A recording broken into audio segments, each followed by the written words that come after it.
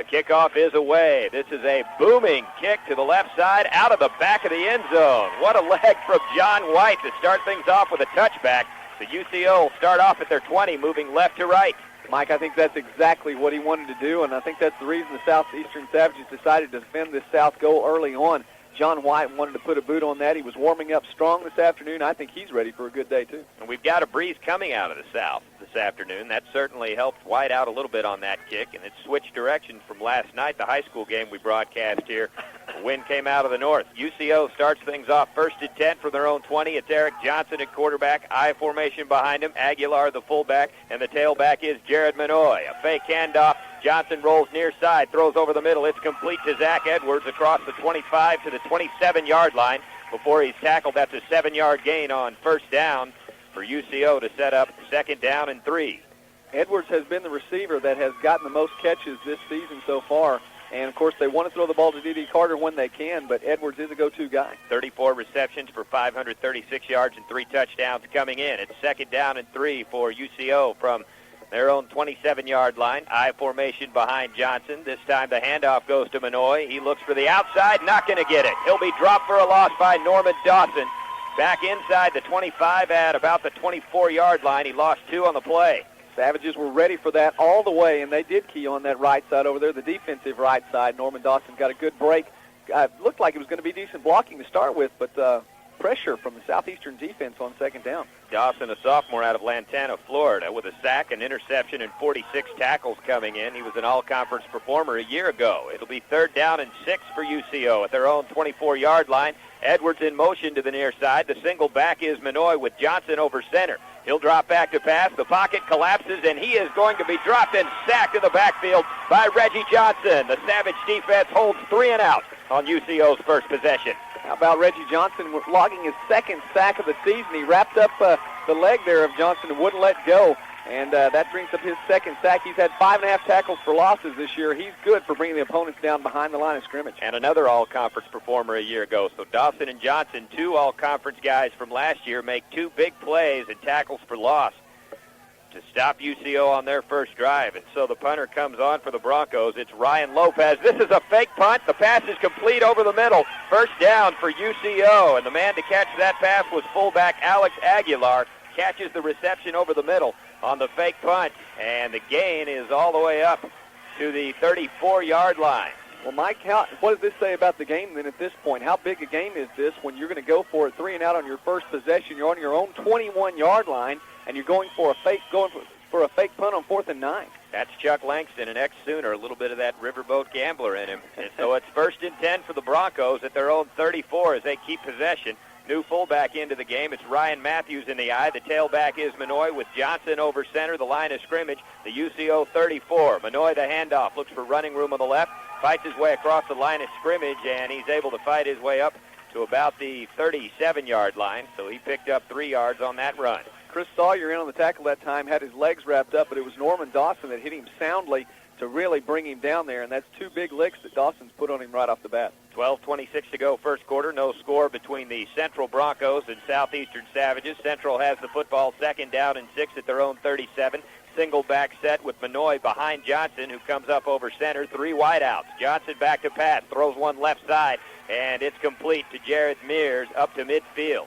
He was able to pick up 13 yards before he was knocked out of bounds. First down, Central. Looked like a little crossing pattern over there on the far side of the field, Mike, that allowed for a bit of a screen to allow the Central receivers to get open. What a big play that fake punt conversion was, because Southeastern's defense came out breathing fire to hold UCO to an apparent 3 and out, but they converted that 4th down fake punt to keep the chains moving, and now the Broncos have it at midfield, 1st and 10. I formation behind Johnson. The tight end Whiteley goes in motion. Now he comes back to the near side of the field. Quick handoff to the fullback, Aguilar. He gets nothing. Stopped at the line of scrimmage and wrapped up by several Southeastern Savages. Emerging from the pile, Chris Sawyer, and also helping out Norman Dawson. Along with him, Zach Smith. Once again, that Savage defense ready to go here on the first possession from Central. 3 carries so far for a total of 2 yards, and that's not including the sack by Johnson. Aguilar doesn't get the ball off, and only 3 carries for 10 yards coming into this one. 2nd down and 10 for the Central Broncos from midfield. 3 wideouts near side, 1 on the far side. Single back Manoy. A quick pass to the near flat, complete to Zach Edwards. He wants the sideline. He's going to be dragged out of bounds by Bobby Stroop at the 48-yard line. Mark it up to the 47 of Southeastern, so that's a 3-yard gain to set up 3rd and 7. It's one of those plays, Mike, where you've got trips on one side of the field, 2 of the receivers actually acting as blockers over there. And, of course, looked like Aguilar, one of those blockers, lined up in the receiving side, have the receiver step back off the slot, take the pass, then run up the field as much as he can get. But the Savages didn't allow themselves to be blocked out of the play. 11 minutes to go, first quarter, no score, and it's 3rd down and 7, Central at the 47-yard line of Southeastern. Single back set again. The receiver Edwards in motion to the far side. Johnson over center. Drops back to pass, surveys the field. The pocket collapses. He steps up, going to take off and run with it. Has the first down inside the 40, down to the 30, and he's out of bounds close to the 25-yard line up at the 26. So he was able to pick up 21 yards on that scramble. The chains move again for Central. Eric Johnson showing you a lot more mobility than you'd expect from a guy at 6'1 and 215. Really good run that time. As the pocket collapsed, he was able to escape that. Looked like Chris Sawyer was going to be able to wrap him up at about the 42, but Johnson kind of hurdled the tackle as Sawyer went low and was able to escape for another 13, 14 yards. Well, Central certainly seems to have gotten an emotional shot in the arm from converting that fake punt, because they have been moving the ball since then. Now they have it 1st and 10 at the Southeastern 27. Johnson over center, the deep back in a single back set is Jared Manoy with 3 wideouts. Hand off to Manoy, looks for running room on the left, breaks the tackle from Bashari Turner and fights his way down close to the 20, about to the 21-yard line, so he was able to pick up 6. There are flags down on the far side of the field. Bashari Turner lost his helmet. Exactly. He hit him hard. He hit him low, looked like he was going to wrap him up, but just slid right off of him. There's an illegal shift called against UCO, so wipe the run away. There'll be a 5-yard mark-off. Jared Manoy, a big back for a tailback, 5'11", 238 pounds, a bowling ball-style runner. And you don't see many guys bounce off Bashari Turner. Usually when number 35 for Southeastern has you wrapped up, you're going to the grass quickly. No, but Turner that time just slid right down him. You're right, he looks like a fullback in the tailback position back there. So now it'll be 1st down and 15 for the Central Broncos from the 32-yard line of Southeastern. UCO breaks the huddle in the eye, and it's going to be Johnson under center. The receiver Edwards in motion near side, and Johnson doesn't like what he sees, so he's going to call a timeout. No score with 10:33 to go in the first quarter. We're going to take 60 seconds ourselves. You're listening to Savage Football on KSEO. Texoma agrees. Southeastern Oklahoma State University is best in its class. Jeans Tires, thanks to folks of Bryan County and the surrounding area for rating Jeans Tires best in its class. Jeans Tires is Texoma's choice for all major brands of tires, brakes, shocks, and emergency road service. Go with the best. Jeans Tires in Durant. Be a member of the Landmark team. Our MVPs tackle your banking needs. Our special teams assist you with insurance, investments, and trusts. Don't be stopped short of your financial goals. Drive to 900 West Main in Durant today. Landmark Bank, just a better bank. Member FDIC. The Jordan Hofer Insurance Agency in Durant is proud to support our area athletes. The values of hard work and dedication which are promoted through athletics are the same qualities we strive to provide all of our insurance customers. Call Jordan Hofer Agency at 924-1964 and put a strong team of professionals to work for you. 4017 Highway 70 West in Durant. And welcome back to Paul Laird Field. 1st down and 15 for UCO. Johnson drops back to pass, rolls to the near side. He's being chased down, scrambles out of trouble, and throws a pass complete to Zach Edwards inside the 20. A spectacular leaping grab by Zach Edwards. That's an 11-yard pickup, and he's still going to be about 1.5 yards shy of the first down. That was amazing. If you can use this word, Mike, escapability, and that's a word that I think is being introduced into the English language by sportscasters all over the country. Well, that's what Eric Johnson had right then, able to find his way from one side of the field to the other. Eluded Chris Sawyer again. Mike, I think Sawyer's going to get frustrated here in a minute and just wrap him up entirely, but able to get that pass off to Edwards downfield, and Edwards with an incredible diving catch. So the ball is now on the 19-yard line of Southeastern. UCO has it 2nd down and a little more than 1 yard to go right there. Offset I formation behind Johnson. Hand off to Manoy, and he's wrapped up in the backfield by Robert Sykes. He may have gotten back to the line of scrimmage. Got to the 20. I think he lost 1 yard on that play. Now it's going to be third down and a little over 2, almost 3 to go. I think so, too, as Sykes got back there behind the line. Manoy having problems, and we mentioned a comparison there as Jared Manoy, 5'11", 238 pounds. Alex Aguilar, 6'2", 220. Manoy's actually bigger in the tailback position back there in that central backfield. It's really pretty interesting to look at. Spot the ball between the 20 and 21 of Southeastern. UCO has it third down and 3 right there. Shotgun formation for Johnson. The receiver Edwards in motion to the far side. 4 wideouts in this formation. Johnson back to pass. Blitz coming, and they pick it up, and he's tripped up at the 20-yard line by Reggie Johnson. He didn't get to the first down marker. It's going to be fourth down UCO. A great shoestring tackle, reaching out and grabbing Johnson by the ankles. Reggie Johnson making an early impact on this game. Well, I hope that is logged as a sack, Mike, because Johnson did everything he could to just reach out at the last moment and swipe Eric Johnson's foot. So now it's going to be fourth down and 3 for UCO. And the field goal unit comes on. It's going to be A.J. Haglund. He's 7 of 11 this season with a long of 44 yards, and this one will be from 37 yards away on fourth down. The holder is Eric Johnson. The snap back, the hold down, the kick from Haglund is up, and it's through the upright. So the Central Broncos take an early 3-0 lead over Southeastern with 8:12 to go in the first quarter. You're listening to Savage Football on KSEO. Hey, Bob, Texoma Broadcasting giving away a great prize package. Yeah, it's a free trip to Las Vegas. That's right. All you have to do when you hear this sound is call in to win. That's right. You could qualify. That's weekdays on KLBC and KSEO. You could be a winner. Since 1954, folks have trusted the Sullivan family and Green Spray Food Center to feed their families with the freshest meats and produce. At Green Spray, you'll still find friendly folks to sack your groceries and carry them to your car. After all, quality service is still a winning strategy. Green Spray Food Center, 517 North 1st in Durant. And welcome back to Paul Laird Field in Durant. Senior Day in 2003 for the Southeastern Savages. They trail the Central Broncos early 3-0. 8:12 to go in the first quarter. Central able to drive that ball after picking up a fourth down conversion on a fake punt, convert on a 37-yard field goal from A.J. Haglund to take the early lead. And now they'll come on to kick the football away. It's going to be Haglund kicking it off for Central from our left to right in the direction of the south end zone. This is a booming kick, and it is fielded back of the end zone. Terrell King's not going to bring it out, takes a knee. That's a touchback. We'll get an opportunity to see Terrell King here in the backfield for the first time today as a starter, Mike, as he's coming in for the injured Brian Odom. On the season, 32 carries for 163 yards in reserve duty, 5.1 yards a carry, pretty solid average, and 2 touchdowns.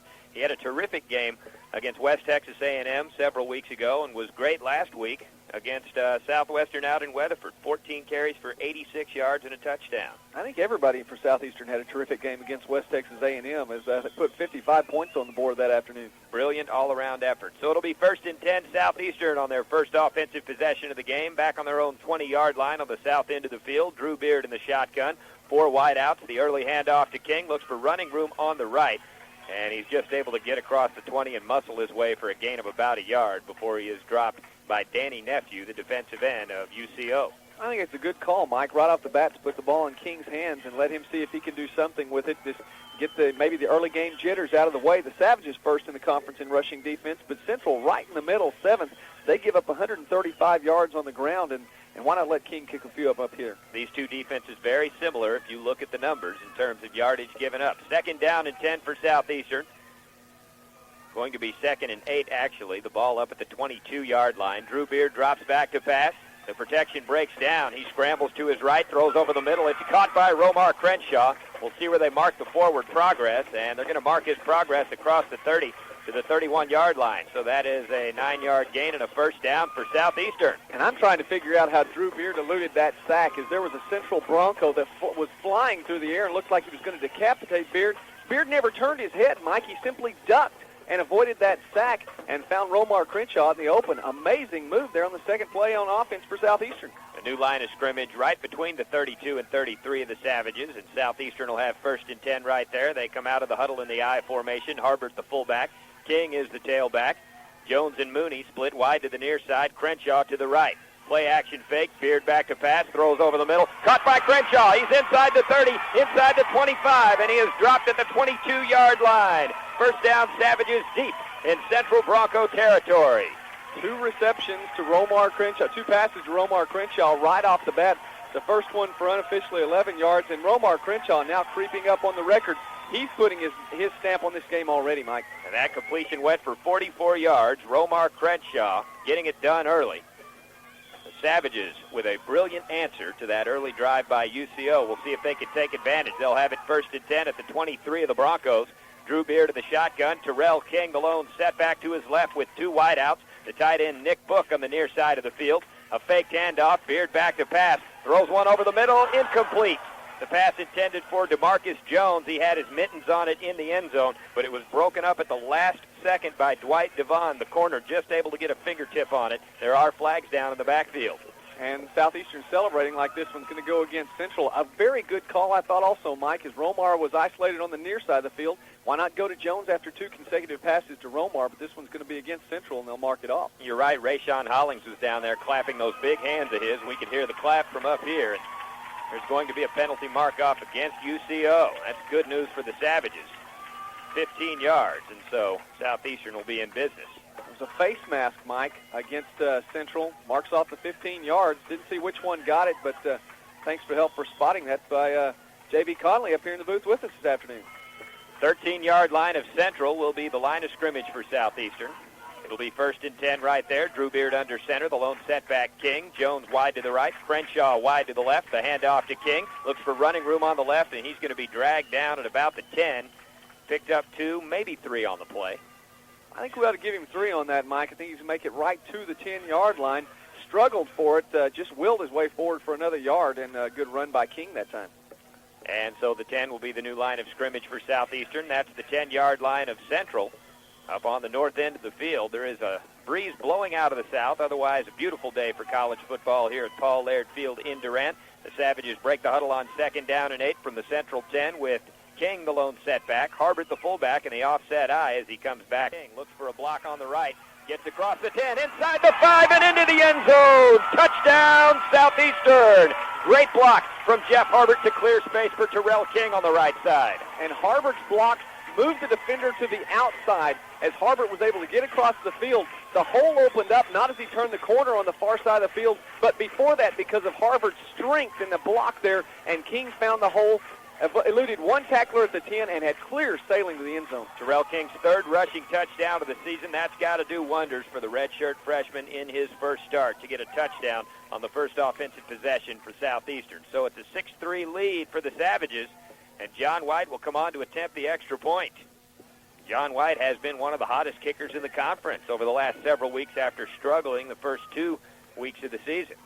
He's hit 23 consecutive point-afters, Mike, and that's the longest in the conference. Snap back, the hold down, the kick is up, make it 24 straight. It's good for John White, and the Savages have a 7-3 lead over Central with 5:48 to go in the first quarter. You're listening to Southeastern Football on KSEO. It's been proven time and time again that championships are the result of great teamwork, and the main reason Durant Lumber was voted best in its class by consumers in southeastern Oklahoma. They're a great team at Durant Lumber, working together to provide quality products and old-fashioned service.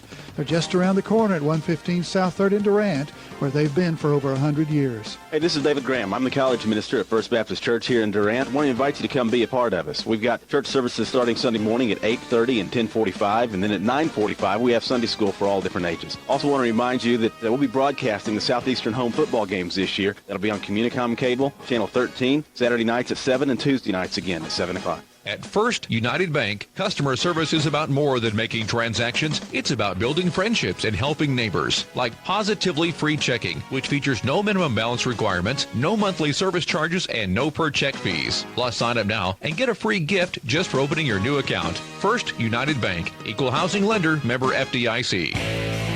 And welcome back to Paul Laird Field in Durant. The Southeastern Savages now have a 7-3 lead over the Central Broncos after that touchdown run from Terrell King, the redshirt freshman with his 3rd rushing touchdown of the season. 5:48 to go in the first quarter here at Paul Laird Field. Beautiful day and an unseasonably warm 82 degrees out here in the first day of November. Here's the kickoff from Southeastern. John White's kick booming and back into the end zone. It'll be a touchback, and so UCO will have it at its own 20, moving from our left to right. Well, Mike, Central took 6 minutes and 48 seconds off the clock on their first possession. Got only 3 points. Meanwhile, Southeastern strikes quickly on their first possession. And, Mike, that's the first time all season long that anyone has scored against Central in the first quarter. And the Savages go on top 7-3. 5 plays, 80-yard drive kept off by that King 10-yard scamper. So now UCO will try to come up with an answer offensively, and you can bet Southeastern will be alert on fourth down this time should they hold the Broncos 3 and out. They'll break the huddle at the 20-yard line with 1st and 10. It's going to be Eric Johnson under center, and he'll send the fullback Aguilar split out as a wide receiver with the lone setback. Jared Manoy behind him. The pitch back to Manoy, looks for running room on the left, and he doesn't have any. Gets up to the 20.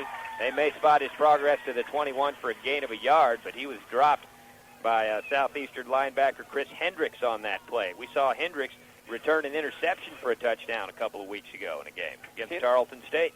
Hendricks had pursuit all the way across. He found himself in the backfield and actually was chasing Manoy from behind. Nick DeBost in on a little bit of help on that one, too, for the Savages, and they're going to give him 1 yard on that. This Savage rushing defense is holding tight. Hendricks, a transfer from Butler County Community College, a native of Arkansas City, Kansas, and he's a sophomore. It's 2nd down and 9 for Central. From their own 21-yard line, Johnson in the shotgun this time. He'll drop back to pass, survey the field. The pocket collapses. The fumble's on the ground. There's a ball loose. Flags are down, too. It looks as if Southeastern recovers it, and they have, but there are flags down. And, Mike, this may go in the direction of a face mask. Let's wait to see what the call is, but I think that he... I think looking from the clapping on the UCO side of the football, you're right. That's just a shame because, boy, there were lots of blue jerseys back there in the backfield. That ball popped out quickly, though. Pocket collapse, that's going to be the call. Face mask on Southeastern, just the 5-yard variety. And the pocket collapsed quickly. It was Jeremy Waldorf bringing the pressure against Eric Johnson, and he tried to step forward. The ball popped out, but there was a little bit of illegal contact there.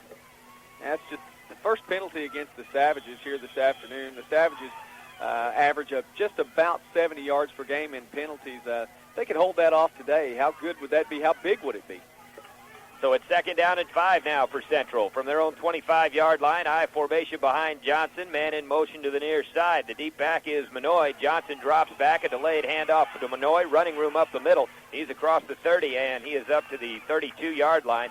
Picks up 7 yards. That's going to be enough for a Central first down. Just like that, Manoy makes his way right up the middle. There were lots of blue jerseys for the Savages in the backfield. It was almost, like you said, delayed handoff, and it gave Manoy a little bit of time as the Savages found themselves too far in pursuit to get him. 7-3 Southeastern over Central Oklahoma. 4:28 to go first quarter, and the Broncos have a fresh set of downs, 1st and 10 at their own 31. Johnson under center, the lone setback Manoy. 2 wideouts on the far side, 1 on the near side. Johnson drops back to pass, throws a lob pass, fade pattern over here on the near side, and it sails out of bounds, incomplete.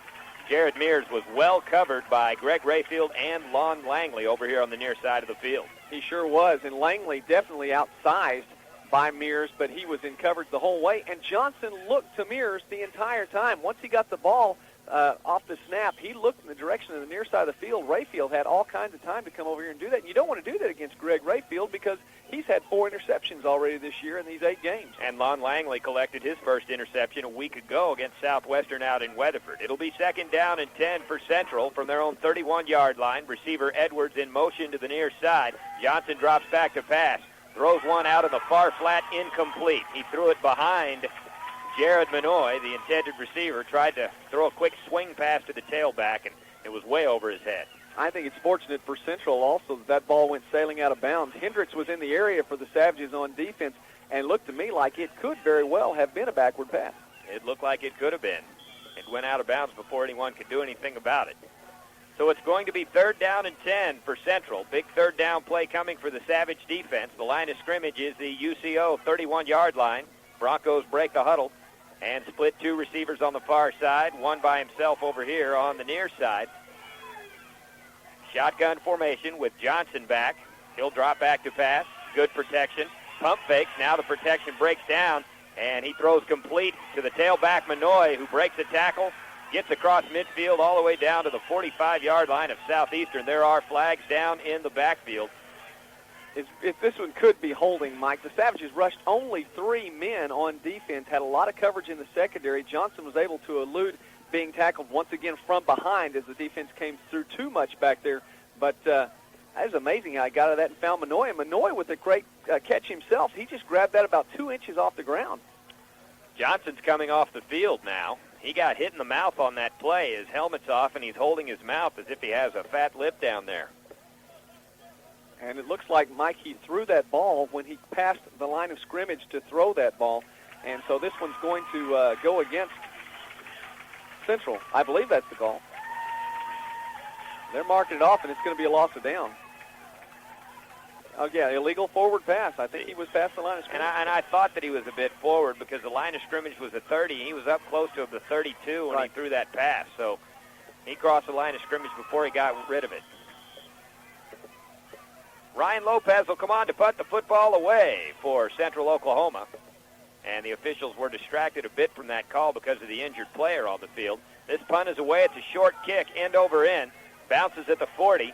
And it'll bounce down inside the 25 and finally die right at the 20-yard line. So Southeastern will have 80 yards of real estate in front of them, moving from our right to left. No return for Romar Crenshaw. I'll tell you what, Mike, as Romar was back there and he was waving people off, no, we're not going to take this. The ball bounced about 20 yards in front of him, but it was an end-over-end kick, and it rolled just almost right up directly to him, almost inviting him to pick it up in stride like he's done before. 3:31 to go first quarter. 7-3, Southeastern's lead over Central Oklahoma here at Paul Laird Field in Durant, Senior Day, and the final home contest of the 2003 season for the Savages. Southeastern takes over 1st and 10 at their own 20-yard line with Drew Beard in the shotgun. The lone setback is Terrence Anderson. Here's a reverse handoff to Romar Crenshaw. He's across the 30 to the 35, 40, to midfield, down the sidelines, 40, 35, 30, 25, and he's dragged down inside the 25 at the 23-yard line. Romar Crenshaw getting it done on the end around. He took it to the far side of the field and then cut back and found a lane over the middle, back to the near side, and he was off to the races. It's amazing just how fast he is to watch him on the field. He took a step forward. I heard some people saying false start, but he was the only man in motion. Took a step forward, came across on the end around. As you call right there, Mike, it was just amazing, the burst of speed and just the quickness he has. And hey, Joey, it was good to see Terrence Anderson back in the game as well. Back in as the second-string tailback this week. He had to sit out last week's game. In fact, didn't even make the trip to Weatherford with the injury he sustained 2 weeks ago against Tarleton. So now it's 1st and 10 Southeastern from the UCO 22-yard line. Beard with the option pitch to Anderson on the left. Looks for the sideline. He doesn't get it. Gets to the 21. He may have picked up 2 yards on that play. Between the 21 and the 20 is where they'll spot it. Mark it a gain of about 1.5 yards. Anderson pushed his way forward at the last moment. Looked like they hit him about the 23, Mike. We kept those little legs running and just pushed his head forward to keep on going. His upper body gave him enough to get back to the line of scrimmage and pick up that extra yard. Anderson averaging over 4 yards a carry coming in, 302 rushing yards, a touchdown on the ground, and a touchdown through the air coming into this contest. So it'll be 2nd down and 9 for Southeastern from the 21 of UCO. We're going to have a timeout on the field. Southeastern's going to talk about things. We'll take 60 seconds ourselves with the Savages leading 7-3, 2:37 to go in the first. You're listening to Southeastern Football on KSEO. For complete pest control services, contact Josh Garrett today with 4-Way Professional Pest and Lawn Services. Whether it's termites, fire ants, or weed control and fertilization for your lawn, 4-Way uses the most advanced methods available today to get the job done. If you've got bugs, don't delay. Call 4-Way today at 775-3687. 4-Way Professional Pest and Lawn Services. Stop by the Choctaw Travel Plazas in Durant, Atoka, or Stringtown and browse through the delightful gift shops. Choctaw Travel Plazas offer a fully stocked deli, diesel fuel plus convenient pay-at-the-pump gasoline, and clean shower facilities to freshen up. Open 24 hours a day. Choctaw Travel Plazas in Durant, Atoka, and Stringtown. You've done the honorable task in pre-planning your funeral so your family doesn't have to. But are you having second thoughts about where you've prearranged? Not to worry. Our funeral home has been here since 1898. You can transfer your prearrangement to us as we honor most plans. To transfer your funeral prearrangement, contact Dalton Holmes Funeral Home in Durant. 2nd down and 9, Southeastern from the 21-yard line of UCO. 2:37 to go in the first. A fake handoff. Drew Beard's going to keep it. Looks for running room up the middle. He is inside the 20 and fights his way down to about the 17-yard line. So he picked up close to 4 yards on that play, and that was all effort by Drew Beard. Not a lot of room to run in front of him. Now fakes the handoff there to Anderson. Anderson also on an end-around move right there. Savages putting men in motion and utilizing them this afternoon. Drew Beard picks up. They're going to give him only 2 on that one. Again, all Drew Beard on the effort. This drive started at the Southeastern 20. A 48-yard run on an end-around from Romar Crenshaw set the Savages up with this field position, and now they face 3rd down and 5 from the 18-yard line of Central Oklahoma. It's Beard in the shotgun, drops back, throws over the middle, and the pass is incomplete. Intended for Maurice Gardner inside the 5. He juggled it. He was well defended on the play by UCO's Vince Hall, the corner. He had a chance at that one, but couldn't haul it in. Looked like Beard saw the coverage over there. A very quick pass, just a one-step drop, and he fired to the near side of the field. Gardner couldn't quite bring it in, and here come the field goal unit for Southeastern. Gardner coming on as of late, 5 catches for 75 yards over the past 2 games. So John White will come on to the field and try to make good on a 35-yard field goal attempt. Give the Savages a touchdown lead with 1:51 to go in the first quarter. The snap is back, the hold is down, the kick is up from John White, and it's good from 35 yards away. Southeastern leads it 10-3.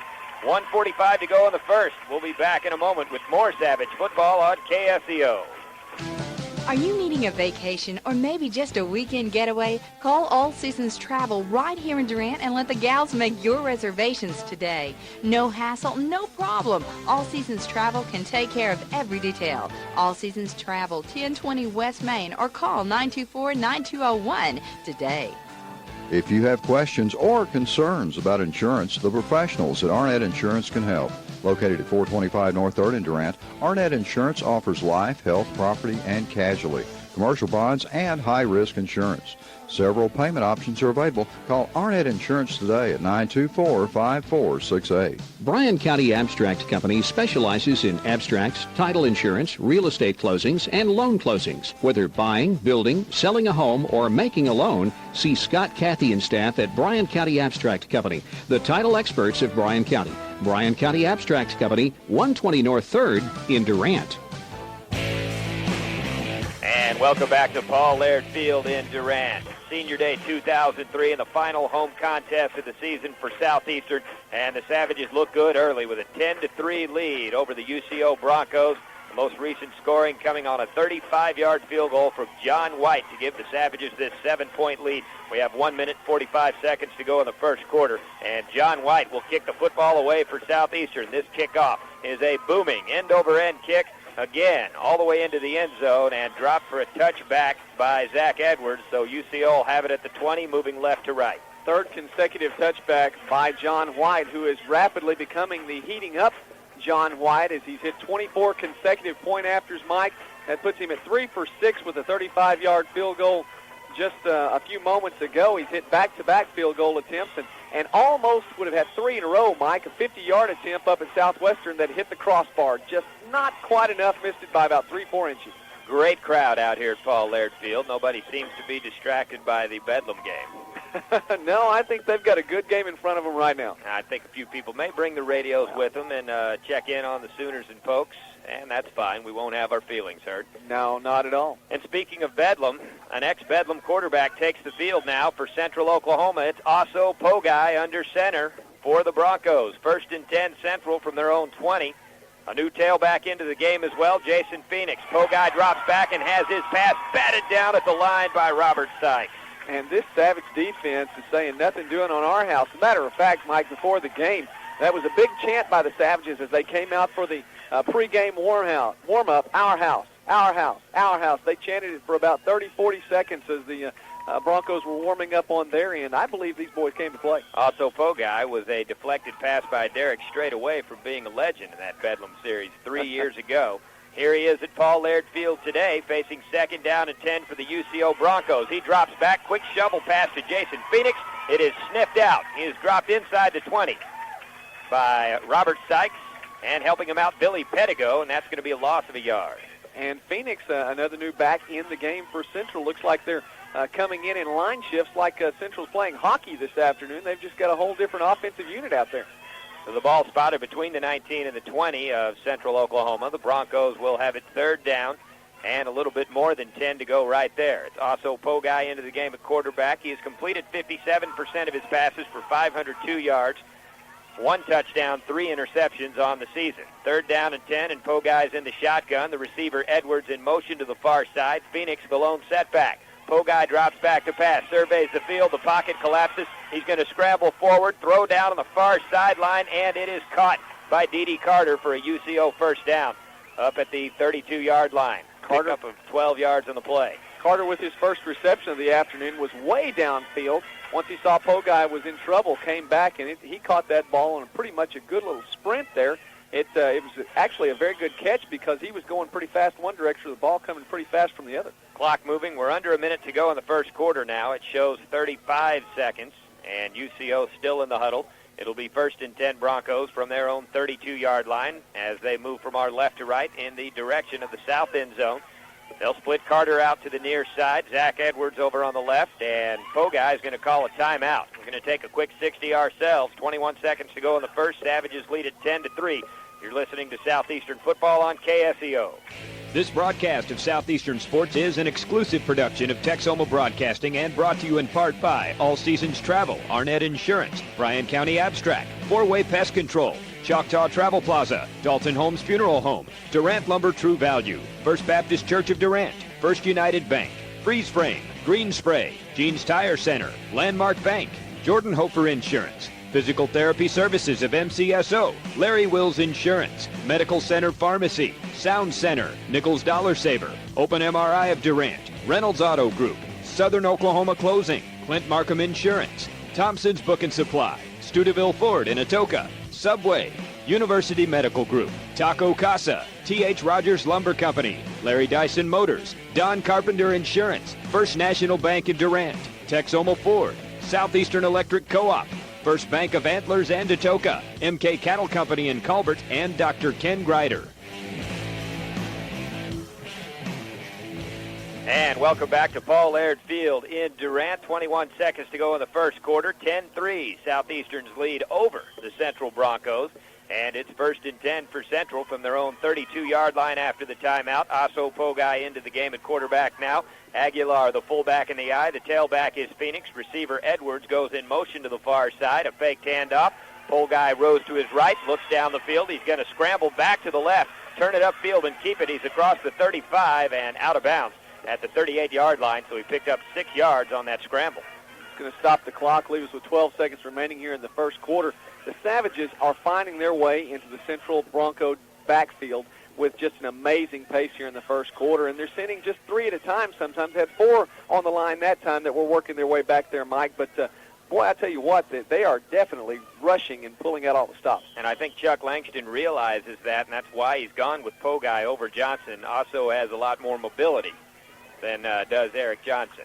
So it's 2nd down and 5 now for the Central Broncos from their own 38-yard line. Pogi under center, 3 wideouts near side. An option pitch goes to Phoenix. He's across the 40 to the 45, has the first down to midfield, still on his feet in Savage territory, and finally dragged down at the 41-yard line of Southeastern by Bobby Stroop. So that's going to be a first down for UCO. 21-yard gain. Phoenix appears to be about the quickest of the players in the backfield for Central. As a matter of fact, he's the only Central player this year to score 3 touchdowns in one game, all of them on the ground, and that's going to run out the clock, Mike. First quarter comes to a close, 10-3. Southeastern in front of UCO. We'll be back in just a moment with the second quarter. You're listening to Savage Football on KSEO. Big service in a small town. That's what First Bank in Antlers and Atoka offers every day. They know the best way to bank is your way to bank. At First Bank, we've got a service for you, no matter how you bank. Equal housing lender, member FDIC. MK Cattle Company in Florist and Colbert is the home of Texoma's most unique gift shop. Step into the Old West at MK Cattle. Browse their hundreds of decorative items, pottery, kitchenware, and more with a Western flair. They have fresh and silk flowers, green and blooming plants, fast and courteous delivery to the Colbert and surrounding area. MK Cattle Company and Florist. Call 296-4066. Hi, I'm Bob McKenzie. And I'm Tom Mullins. Every morning, weekdays on KLBC 106.3, we invite you to listen to us. Two balding, overweight guys. Well, maybe so, but we do have the best country around, the latest in news, lots of prizes. And sometimes we have donuts. Join us mornings on KLBC 106.3 FM. And welcome back to Paul Laird Field in Durant. Senior Day 2003 and the final home game for the Southeastern Savages in the 2003 campaign. Savages come into this contest 6-2, and they face the 7-0 regionally ranked UCO Bronchos, the number 1 team in the Division II West region, number 5 nationally. Southeastern feels like they have something to prove today, and they lead this contest 10-3 after 1 quarter of play. We switch into the field, go to the second quarter, and Central has the football 1st and 10 from the Southeastern 41, moving from our right to left. Aso Pogi with a play fake, drops back, throws in the near side, incomplete. The pass was intended for Ryan Matthews, the backup fullback. It was too tall for him. And again, talking about that, they're just coming in shifts right now on the Central side. They've got a lot of offensive talent, and it really is no wonder that no one person seems to be leading in too many of the conference categories, with the exception of Minoy, second in the conference in rushing, because they've got so many weapons to work with. They just kind of bring them in and out in these massive substitutions. And Matthews with 2 catches for 18 yards and a touchdown, only 1 carry all season long. He doesn't see the football a lot. Aguilar replaces him at fullback. He's the starter. Phoenix is the tailback in the eye. It's Pogi under center on 2nd down and 10 from the 41. Another play fake. Pogi back to pass. Fires one on the near side. Complete to Zach Edwards. 1-on-1 at the 20, and he's able to shake 1 tackle, get inside the 20 to the 19 before Shaylin Carter brings him down. 22-yard pickup on the play and another Central 1st down. And the Savages had a different defensive look that time, Mike. That time they rushed 5. Looked like that they were going to get back to Pogi. So the 19-yard line of Southeastern will be the new line of scrimmage for the Central Broncos. The Savages lead this one 10-3. We're just 30 seconds into the second quarter. Pogi back. Here's a pitch to Phoenix on the right side. He's inside the 20, scoots his way inside the 15, and spins and stumbles down close to the 10-yard line. That's where they're going to mark him down. That is going to be a pickup of 9 yards and close to a 1st down. Their flag's down, though. Phoenix with the pitch over there and had some good blocking, too, although granted he's very quick and juked a couple of people in the Savage defense, but had some good blocking on that far side of the field. We're still awaiting the call. 14-16 is what the clock shows here in the second quarter.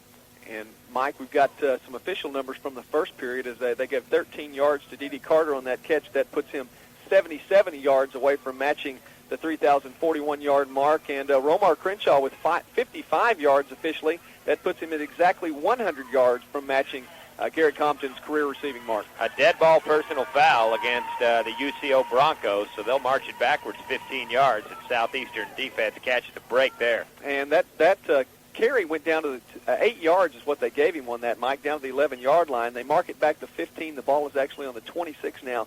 So credit an 8-yard carry to Jason Phoenix. Yeah, the tailback. And UCO will use different guys in the backfield. We were talking to Mike Kirk, their sports information director, before the game. He said to look out for Derek Camacho as well, the sophomore out of Lawton. Averages 6 yards a carry in limited action. They like to use him, too. Well, this ball, it's going to wind up being about a 1st and somewhere around 26 or 27 on this. And they're moving the chains? Well, they're moving the back chain backwards. Well, now, Mike, I'm trying to figure out why they didn't pick up the 1st down on that. And Coach Baxter wants an explanation too, and he's still on the field. They're waiting for an explanation, Mike. He was dropped about a yard shy of 1st down. That dead ball foul, that shouldn't be that way. Now we do have it. Keith Baxter's not standing for this. He wants to know what's going on. Ball officially marked at, I believe we had it at the 19, Mike, and it was an 8-yard pickup to the 11, and they're going to let it go. And Coach Baxter still wants an explanation. So the 1st down marker is back at between the 16 and the 17, and the line of scrimmage is going to be the 26-yard line of Southeastern for the Central Broncos. And it'll be 1st down and 10. They haven't changed the scoreboard, but they changed the sticks down on the field. What a circus. Really. Aso Pogi under center, hands off to Minoy. He burst through the middle inside the 10, and he's finally dropped close to the 5-yard line, got down to the 6 and picked up 20 yards on that burst straight through the middle. He had a big hole to run through, too. And you know, Mike, that's the kind of stuff that happens after some kind of problem where there's some kind of discontinuity in what's going on, and it just gives the opposition an opportunity to just run one right down the throat of the Savages, and I'm still trying to figure out what went on. I still don't think it's the right call. We'll mark that a 19-yard gain. They're going to say that Manoy's knee went down at the 7. And so now it's going to be first and goal for the Central Broncos at the Southeastern 7 up on the north end of the field. This handoff goes to Manoy, rumbles through the middle, churns his legs, but he is stopped inside the 5 between the 2 and 3-yard lines. He's just a very big boy, Mike. Once he gets going out there, gets a little bit of momentum, it is tough to stop him even right up the middle. It took Robert Harmon, Linnell Lawrence, and Shaylin Carter to bring him down for Southeastern, and the ball will be marked just outside the 2-yard line. It'll be second and goal for the Central Broncos right there. Southeastern leads this one 10-3.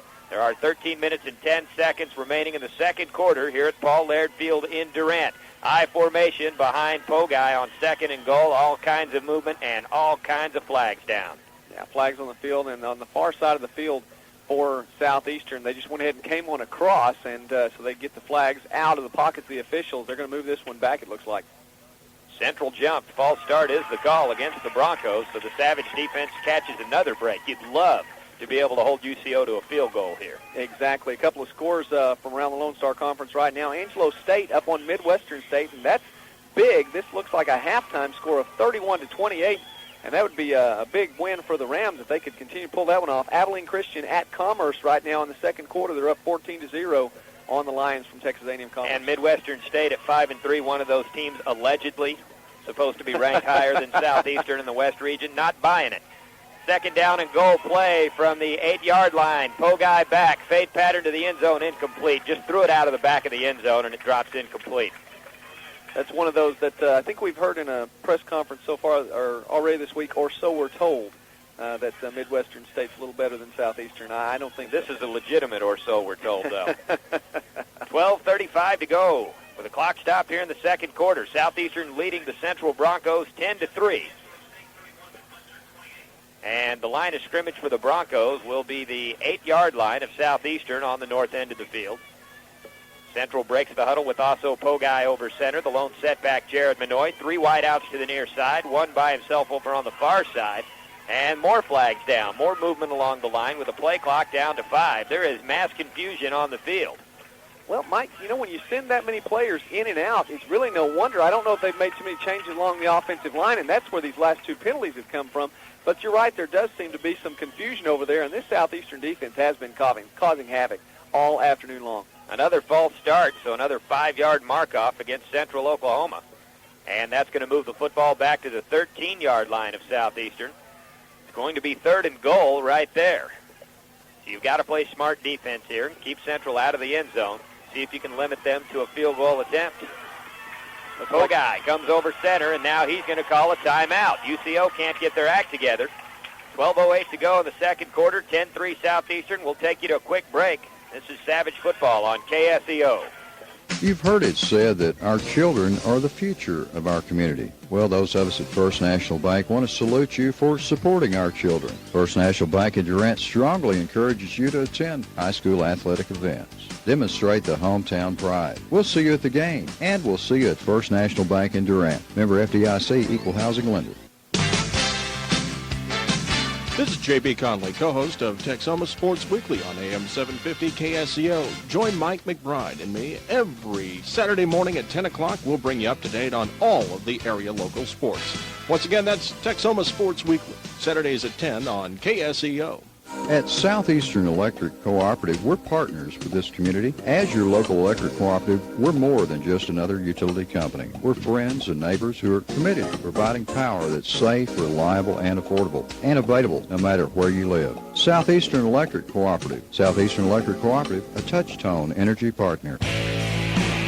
Third and goal for the Central Broncos from the 13-yard line of Southeastern, and they trail at 10-3. Pogi back to pass, throws one near side, complete to D.D. Carter. He's wrapped up at the 10 by Lon Langley. Not going to get in, and the Savage defense holds. It's going to be 4th down. 3 yards, I believe, unofficially on that catch right there, and Langley was all over Carter. Looked like Carter was coming back. He might have some momentum Langley dove for him, got those long outs out there, and strength just pulled him down. Langley having a terrific junior season. He's a native of Idabel, Oklahoma, an all-conference performer a year ago. 47 tackles and an interception coming into this contest. On fourth down, UCO will attempt a 26-yard field goal. A.J. Haglund will come on to kick it. The holder will be Derrick Johnson. 11:26 to go in the second quarter. The snap's back, the hold's down. The kick is up from Haglund, and it's through the upright. So UCO able to put 3 on the board. Southeastern leads at 10-6 now with 11:19 to go in the half. You're listening to Savage Football on KSEO. You'll walk away a winner when you buy from Larry Dyson Motors, your Pontiac, Oldsmobile, Buick, Cadillac, and GMC truck dealer. Larry Dyson Motors also offers a large selection of good, dependable, pre-owned or program cars. Be a winner. Shop Larry Dyson Motors, 2005 West Main in Durant. Dr. Ken Grider of Southeastern Orthopedics, in conjunction with the Medical Center of Southeastern Oklahoma, is a proud sponsor of Bryan County Sports. Dr. Ken Grider specializes in sports medicine, carpal tunnel syndrome, joint replacement, and general orthopedics. He is a board-certified orthopedic surgeon located at 1805 West University in Durant.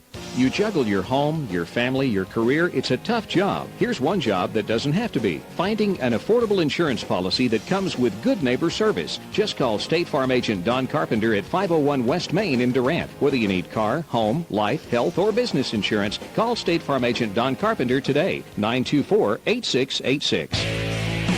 And welcome back to Paul Laird Field in Durant. 11:19 to go second quarter, 10-6. Southeastern over UCO now. The Broncos getting back on the board on a 26-yard field goal from A.J. Haglund. That's his second of the game. And now Haglund will come on to kick the football away from our right to the left in the direction of the north end zone. His kick is away. It's a booming end-over-end kick to the near side of the field, out of the back of the end zone. The ball is really sailing out here today. Yeah, not surprised at all for a touchback. This is Haglund's first opportunity. We've got a Central Bronco down right at midfield. Not surprised that Haglund put it out the back of the end zone with his attempt, just in essence saying to John White, hey, whatever you can do, I can do it too. These are two of the hottest kickers in the conference at this point in time. And that's Ryan Matthews down at midfield, the injured Central player, plays on special teams. He's a sophomore from Burke Burnett, Texas, and also the backup fullback for UCO. He appears to be shaken up.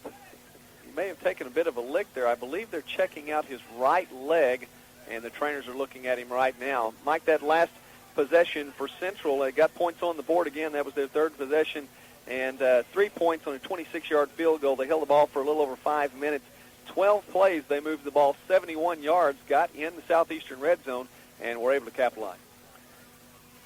Still a good job by the Savage defense to limit them to a field goal, and of course UCO really killed themselves with some costly penalties once they got down in a goal-to-go situation as well. Well, 3 penalties once you're inside the 20-yard line, actually to the 11-yard line, 3 penalties that amounted for 25 yards in pushing them back, and it's not going to be any good anytime you do anything at all.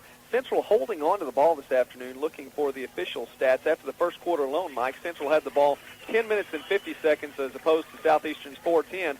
And so far here in the second quarter, they've held it for 2 minutes and 31 seconds. So significant time of possession in favor of Central, but the Savages strike quickly, and hope they do it again here. They have struck quickly, going to Romar Crenshaw, handing the football off to him and throwing it to him, and now we'll play football again. It's 1st and 10 Southeastern from their own 20-yard line, moving left to right. I formation behind Drew Beard. Harbert, the fullback, King, the tailback, 2 wideouts near side. Crenshaw by himself on the far side. A long count here, and Beard drops and hands off to Terrell King. Looks for running room, nothing doing as he is dropped at the 20. No gain on the play. No, he went right up the middle that time. Looked like Southeastern might be trying to see if they could get another penalty out of these Broncos with the long count there. They're going to actually give him about 2 feet. I'm not going to say a full yard on that, Mike, but surprised by the spot. Very generous spot. He was greeted by Ryan Cooper, the defensive tackle, and Big Danny Nephew, 6'2", 260 pounds.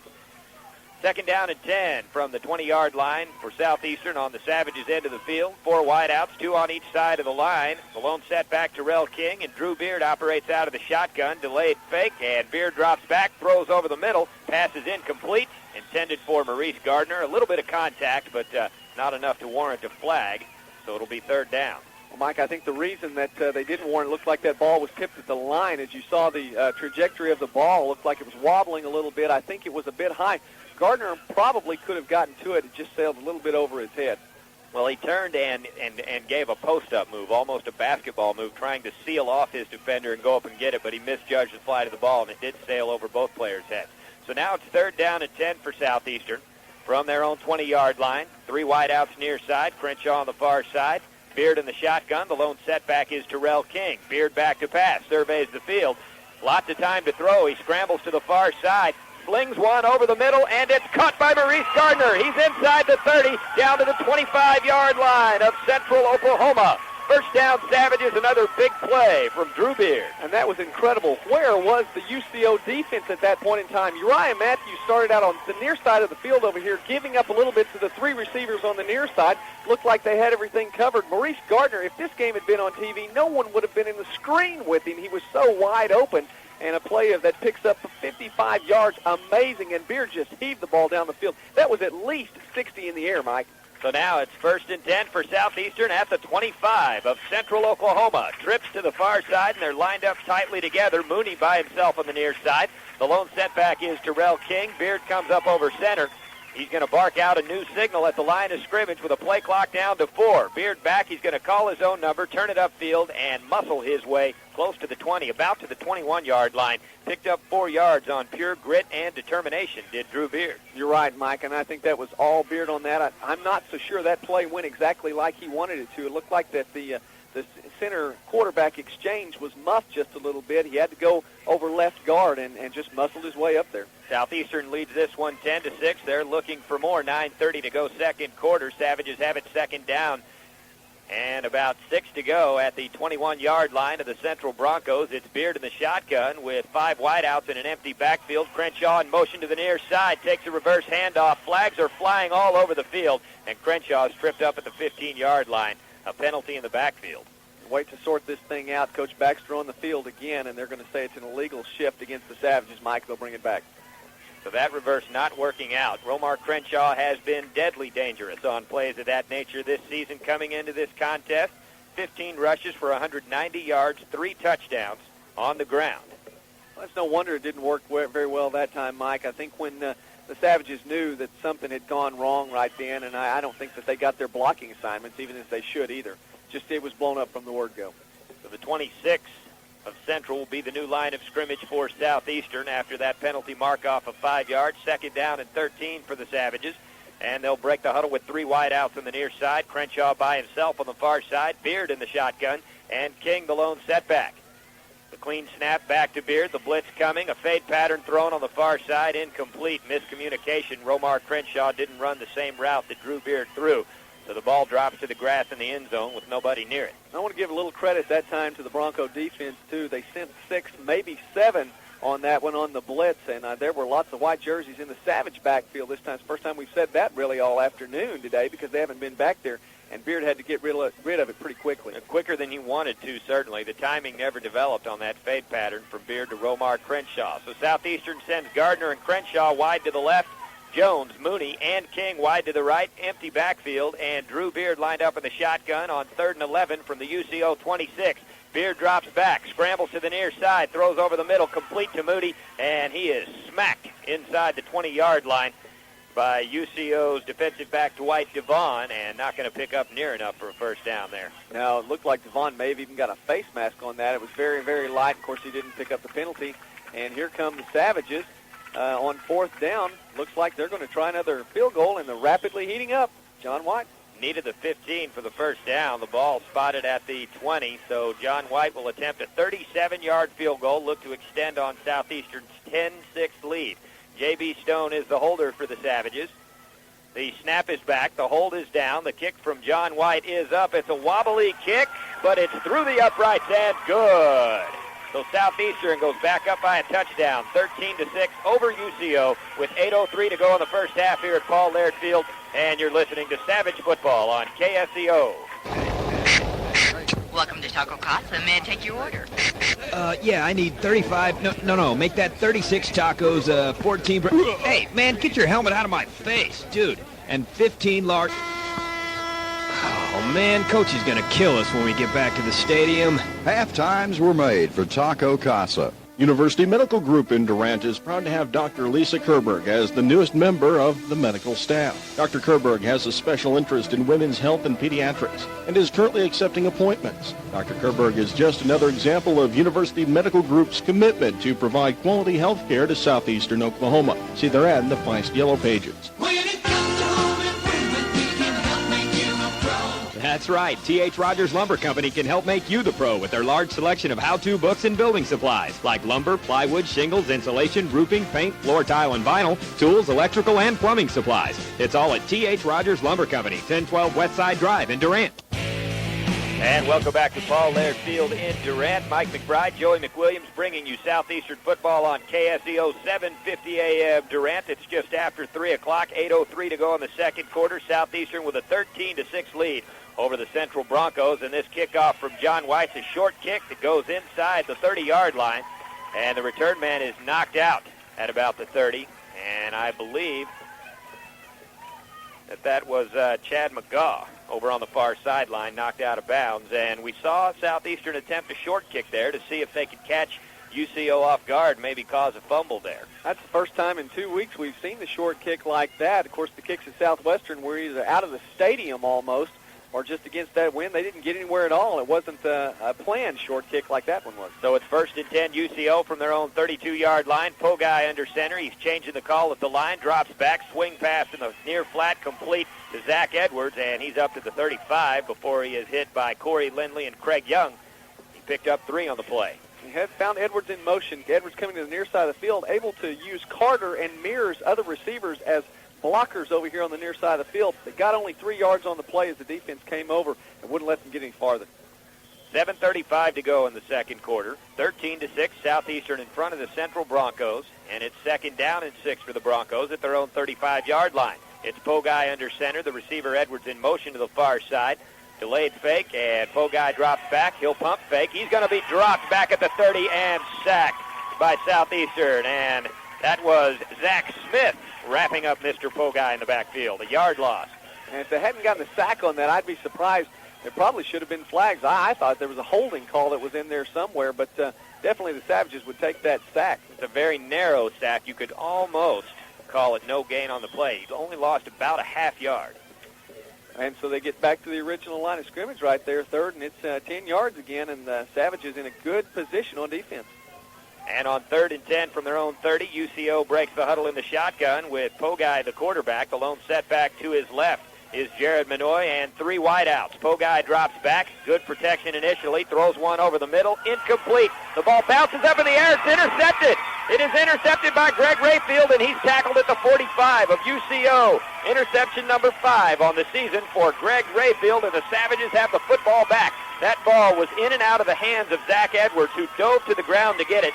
Popped up in the air like a bullet and fell into the waiting arms of Greg Rayfield. Great heads-up play by Mr. Rayfield to see that ball and run under it. It hit his hand as it was on the ground. Good call, Mike, and the ball went right up in the air. And as the ball was up in the air, Edwards saw that Rayfield was coming for it. He's already screaming at the official, it was down, it was down. Well, I'll guarantee you wouldn't have been screaming at the official if he brought it in himself. 1st and 10 for Southeastern at the Central 45-yard line. 5 wideouts, empty backfield, and Drew Beard in the shotgun. Savages lead 13-6. Beard back to pass. He'll cock and throw over the middle, and that one was almost picked off. Almost intercepted back the other way. That was Anthony Bird, the free safety, who has 2 picks on the season. Got his hands on it, fortunately for Drew Beard. Wasn't able to haul it in. You're right. This is the best field position by far for Southeastern this afternoon, getting inside their own or inside Central territory to start that play. That ball was behind him, and he's throwing into the wind, Mike. Now, the second period, he doesn't have the benefit of that wind behind him, and it's picked up just a little bit. Don't know exactly the measurements of it this afternoon, but enough to make a difference on that throw. 2nd down and 10 for Southeastern at the 45-yard line of UCO. And the official delays things for a moment, discussing something with Keith Baxter over here on the sideline. Coach Baxter just threw his headset off. He is not a happy man right now for some reason. He's getting a warning from the line judge. He's got that sideline warning over here, and maybe beyond just Coach Baxter, a couple other blue jerseys over here, just inside the white line. That's a deep 3-foot white line over here. But maybe it's just Coach Baxter being upset. Second down and 10 Southeastern from the UCO 45. Anderson into the game at tailback. He gets the handoff, and he is smacked for no gain at the 45-yard line. Wrapped up and hit hard by Arthur Johnson, the reserve defensive tackle from Tenaha, Texas.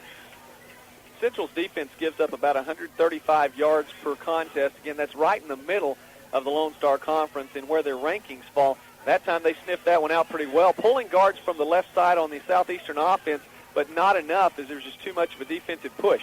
Third down and 10 now for Southeastern from the 45-yard line of Central Oklahoma. And it's Anderson, the lone setback, to Drew Beard's left, shotgun formation with 4 wideouts, 2 on each side of the line. 5:40 to go in the second quarter. Beard back to pass, throws near side, complete to Michael Mooney at the 35-yard line. Awfully close. It looks like he picked up just enough for a first down. This one's going to be close. Now they may be spotting him a yard shy. The line judge moved his spot back a yard. It looked like he was going to give it to him, so it's going to be 4th and 1. Mike, I'm sorry. I haven't been against him very much all year, but I'm going to tell you right now, there was a poor spot. He caught that ball at the 35. He was right on the line. No hash mark, no grass. He was on the white line when he caught the football. They're moving him back a yard, so it's going to be 4th and 1 at the 36-yard line of UCO for Southeastern. High formation behind Drew Beard as the Savages will go for it. Harbert, the fullback, and Beard's going to keep it on the quarterback sneak and get across the 35 down to the 34 for a Southeastern first down. Great forward push by that offensive line. And credit the Southeastern Savages by not letting them get in their head. They went ahead, went for it, picked up the first down. But I'll tell you what, Mike, what happens in games like this, first off, it's a very important game to both these squads. Secondly, when this goes on, the officiators give so much room and so much leeway, it would really surprise me if tempers didn't flare big time by the third quarter. 13-6, Southeastern in front of Central Oklahoma with 4:47 to go in the second quarter, and the Savages have it 1st and 10 from the UCO 35 after converting a 4th and 1. Southeastern breaks the huddle with Romar Crenshaw wide to the left and a tight formation on the right side. The lone setback, Anderson, Drew Beard over center. Option play to the right. Beard turns it upfield. He's inside the 30 to the 25, 20, 15, 10, 5, and into the end zone. Touchdown, Southeastern. Just like that, strike big. Strike while the iron's hot. When there's a little bit of confusion there, they picked up the first down on a very tight 4th and 1. Drew Beard found his way in the clear, and the Central defense committed entirely to the run that time. There was nobody back there. Nobody back there. Anytime tempers flare, emotions start running high, and jaws start jabbering on both sides of the football, Drew Beard seems to come out on the winning end of those confrontations. That's his answer. Definitely. And the Savages, I'll tell you what, Drew Beard, he's got to be just top 10 most wanted list for University of Central Oklahoma. Not a popular man in Edmond. 19-6, Southeastern in front of UCO. John White comes on to attempt the extra point. J.B. Stone, the holder, with 4:23 to go in the first half. The kick is away from John White, and it's through the uprights. 20-6, Southeastern over UCO. 4:23 to go in the first half, and you're listening to Savage Football on KSEO. Thompson's Book and Supply, located at 5th and University in Durant, is proud to sponsor Bryan County sports. Thompson's Book and Supply offers a tremendous selection of office and computer supplies, office furniture, art supplies, teaching aids, books, gift supplies, and SOSU apparel, and more at low prices. Thompson's Book and Supply, 5th and University in Durant. Hello, Texoma Land. I'm Eric Studeville, and I would like to invite you to the all-new Studeville Ford Mercury in Atoka. We've built our new store with you, our customer, in mind. From F-150s to F-550s, we've got them. So remember, Studeville Ford Mercury, Highway 75 in Atoka. Be all-round dealer, Studeville Ford. No matter how you slice it, what you pile on it, or what's the spread, game days were made for Subway. White or wheat, 6-inch or foot-long, cold cuts or veggies. Pick up your crowd favorite on the way to the game. Subway, 1428 University in Durant. Subway, eat fresh. And welcome back to Paul Laird Field in Durant. 20-6, Southeastern over the Central Broncos with 4:23 to go here in the second quarter. Drew Beard from 34 yards away on a quarterback keeper. What a play by Mr. Beard. He did it last week on the ground against Southwestern out in Weatherford, starting to take this game over as well. Savages took very good advantage of the good field position, 45 yards on 5 plays, and they get another touchdown. Mike, they strike so quickly. 5 plays, 5 plays, 7 plays, 5 plays have the Savages gone here in the opening of this game. Another short kickoff from John White of Southeastern, up in the air, end-over-end flight, and it is fielded back at the 25-yard line. by UCO's Chad McGaw, and he's able to get his way up to the 30. You're going to spot him at about the 30 or the 31. That's where the Broncos start their possession, moving from our right to left in the direction of the north end zone. A good tackle by Mark Oglesby that time. He's fired up over here on the sideline, too, ready to get it. He got in the game and made something happen. Starting to see a little bit of a cloud cover out here, at least over the sun, and that's good news in these 81-degree temperatures. Cooling things off a bit for the fans who made it out. A great turnout today. Aso Pogi under center for UCO on 1st and 10 from the Bronco 31. The lone setback, Benoit. He'll get the handoff. He is across the 34 to the 35 and still muscling his way forward up to the 37-yard line. A good run as he picked up 5 yards on second effort alone. And Bashari Turner was one-on-one there. He hit him at about the 34, maybe 35-yard line. He just had too much momentum. Turner is a very strong linebacker, leads Southeastern in tackles for the season. But I'll tell you what, Manoy just had enough momentum to carry him another 2-3 yards. So it's 2nd down and 5 for the Central Broncos from their own 37-yard line. Tight formation on the right, I formation behind Pogi. The handoff to Manoy, looks for running room up the middle, and he is across the 40-yard line to about the 41. Looks like he was stopped about a yard shy of the first down, so it's going to be 3rd and very short. It's going to be very close, but again, Manoy with that momentum working his way across the field. In the first period, Manoy carried the ball 5 times for a grand total of 7 yards. The last 2 carries alone have been for 9. The nose of the football just across the 41-yard line, and they need the 42 for a first down, do the UCO Broncos. They're still on their end of the field. 3:27 to go in the first half with the clock stopped. Southeastern leading at 20-6. It's Senior Day 2003 here at Paul Laird Field. What a great turnout. The Southeastern side of the stadium is packed with fans.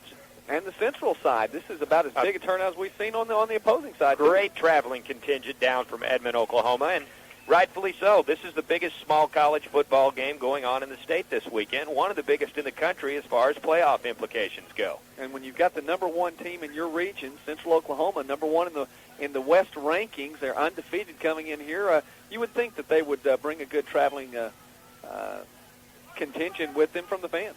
And we just had a chain measurement to see if UCO got a first down. I don't know what that was for. They're not a full yard shy, but they're certainly not close enough to warrant a measurement. It's going to be 3rd down and less than a yard to go for UCO from their own 42-yard line, just shy of the 42. That's where they need to get for the first down. It's Pogi under center. He's going to surge forward on the quarterback sneak, and he got enough as he rolled to his left behind his left guard. Got enough for the first down. Yeah, his knee actually never went down, and just now did he actually hit the ground. They blew the whistle there, but he had enough of a surge to get it, and good job on his part to go ahead and roll to his left, as you said, to pick it up. We look down to the sideline. We see Brian Odom in street clothes pacing back and forth. There's a kid who really wishes he was out there on that football field competing today. It's 1st and 10 for the Central Broncos from their own 42-yard line, moving right to left. Pogi under center, I formation behind him with 2 wideouts, 1 on each side of the line. The deep back in the eye is Jared Benoit, the fullback Aguilar. It's a play-action fake. Pogi drops back. He's going to be sacked back at the 35-yard line by 2 Savages. Making the tackle, Robert Forney, and the other Savage helping him out was Robert Harmon. And Harmon in for Beckendam. As on the defensive end. That's a huge loss as the Savages able to work their way into that backfield once again. They've done an incredible job this afternoon. They have not let up at all. They're relentless, pushing that offensive line. The Broncos just back on their heels. 6-yard loss on the play. And it's going to be 2nd down and 16 for the Central Broncos back at their own 36-yard line. Pogi in the shotgun formation with 4 wideouts. The lone setback, Benoit, and Aso drops back, rolls to the near side. The ball is loose. Linnell Lawrence hit him, caused a fumble, and we'll see who falls on it. Southeastern has it back. Big defensive play by Linnell Lawrence. Came on a blitz from the near side of the field and smacked. Absolutely smacked him. It was hard. We've got flags that come all over the place. There's some serious jabbering of the jaws going on down there, and tempers are flaring. Linnell Lawrence came on a blitz, smacked Aso Pogi, jarred the ball loose, was able to fall on it. And it could be on one side or the other, Mike, but they didn't wait for the 3rd quarter for these tempers to start flaring. The officials have let it go, and this one's going against Central. Tack on another 15 yards. Well, we heard that this was a possibility with a Chuck Langston team. Tempers flaring, and they're known a lot more for their talent than their discipline. And this afternoon, it could get worse. If the Savages go up 21 points right here, Mike, you're right, before this afternoon's over, it could get a lot worse because Central's going to be frustrated if it looks like there's going to be their first one put in the loss column.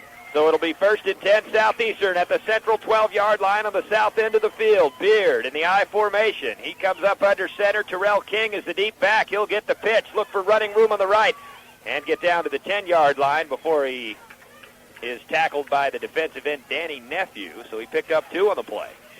King, again, he's able to go to the outside. One of the things we're going to miss from Brian Odom today is the ability to just surge right up the middle. Odom, by far the strongest of the Savages in the backfield, able to push his way up the middle of the field. Not that Odom can't cut the outside, but that's what we expect from Anderson. It's what we expect from King. It's what we expect from Henderson. If he makes it in the ballgame this afternoon, King very quick, but again, trying to take that outside, not enough room on the near side of the field. 2nd down and 8 for Southeastern from the 10-yard line of the Central Broncos. 3 wideouts to the near side. Crenshaw by himself over on the far side. King the lone setback. Beard in the shotgun. Throws a slant pattern to the end zone. Dropped by Crenshaw. Incomplete. The timing was there, but Romar just didn't look it into his hands. Now just in and out. Looked like it hit him right on his hands. Probably should have caught that ball. And boy, how big would that have been if he'd brought it in?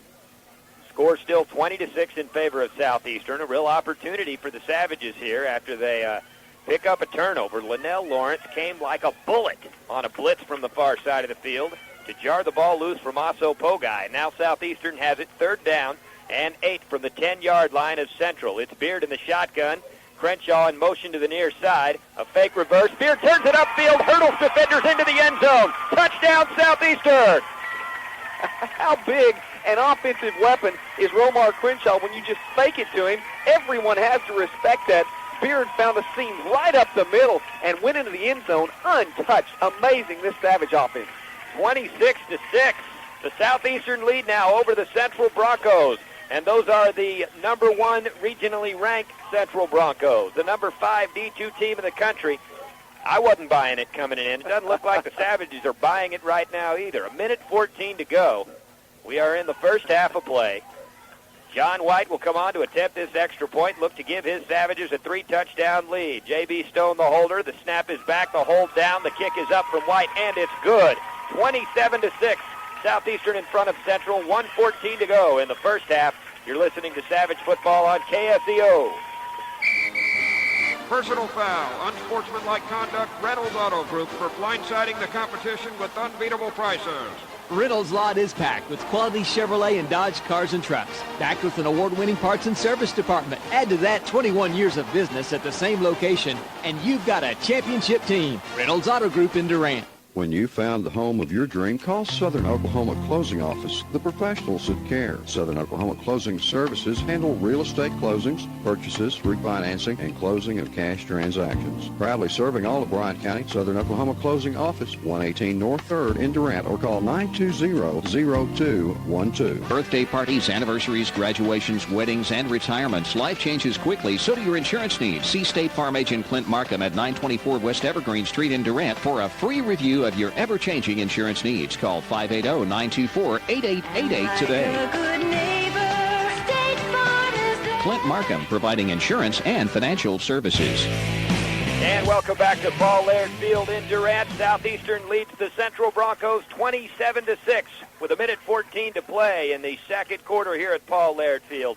Senior Day 2003 for the Savages. What a show these Southeastern Savages are putting on today, trying to unseat the number 1 ranked team in the Division II West region of NCAA football. Here's the kickoff from John White to the right side of the field. It's a booming end-over-end kick, and it is fielded by McGaw, who picks his way across the 30 to the 35 running room, and he's all the way up to midfield before the kicker, John White, lays a tackle on him. Emotionally into this contest, you think? John White absolutely flattened McGaw out there on the field right now. It was a high kick. He waited back here as if he were just It's almost as if he told his guys, let him come to me. I want to get in on some of this action.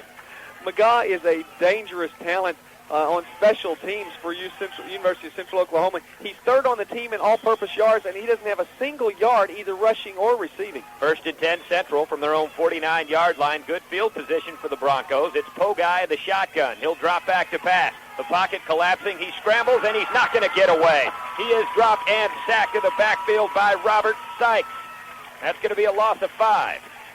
This Savage defense, I'm going to use this word again, relentless on that line. They send 3, they send 4, they send 5. It doesn't matter. They're going to find their way into that Bronco backfield. They are absolutely controlling the line of scrimmage. 2nd and 15 for UCO from their own 44. Pogi out of the shotgun, drops back to pass, steps up into the pocket, throws one on the far side, complete. No, it is dropped. Looked like it was going to be caught by Zach Edwards, but it was a little bit tall, and he went high to grab it and couldn't keep control of it. Stops the clock with 32 seconds here remaining in the first half. You would imagine that Central would try to strike, try to get something deep here before the half is over with, not wanting to go in down 3 touchdowns. That's what you got to guard against if you're Southeastern. Don't give them a momentum-turning Hail Mary pass. We've seen it on this field before. So now it's going to be 3rd down and 15 for Central from their own 44. Pogi in the shotgun, 4 wide out. Aso drops back, blitz coming, shovel pass is complete to Manoy, but he is tackled for minimal gain. Gets back to the original line of scrimmage to about the 49, so he picked up 5 on the play, but that's going to bring up 4th and 10. And the clock continues to run. You would think they would try at least some kind of Hail Mary here or something. I think that they have one timeout left. 12 seconds to go now. The clock is moving, and it looks like they're going to take that timeout. The clock's still moving, though. Clock continues to move. They're just bringing a different group out on the field.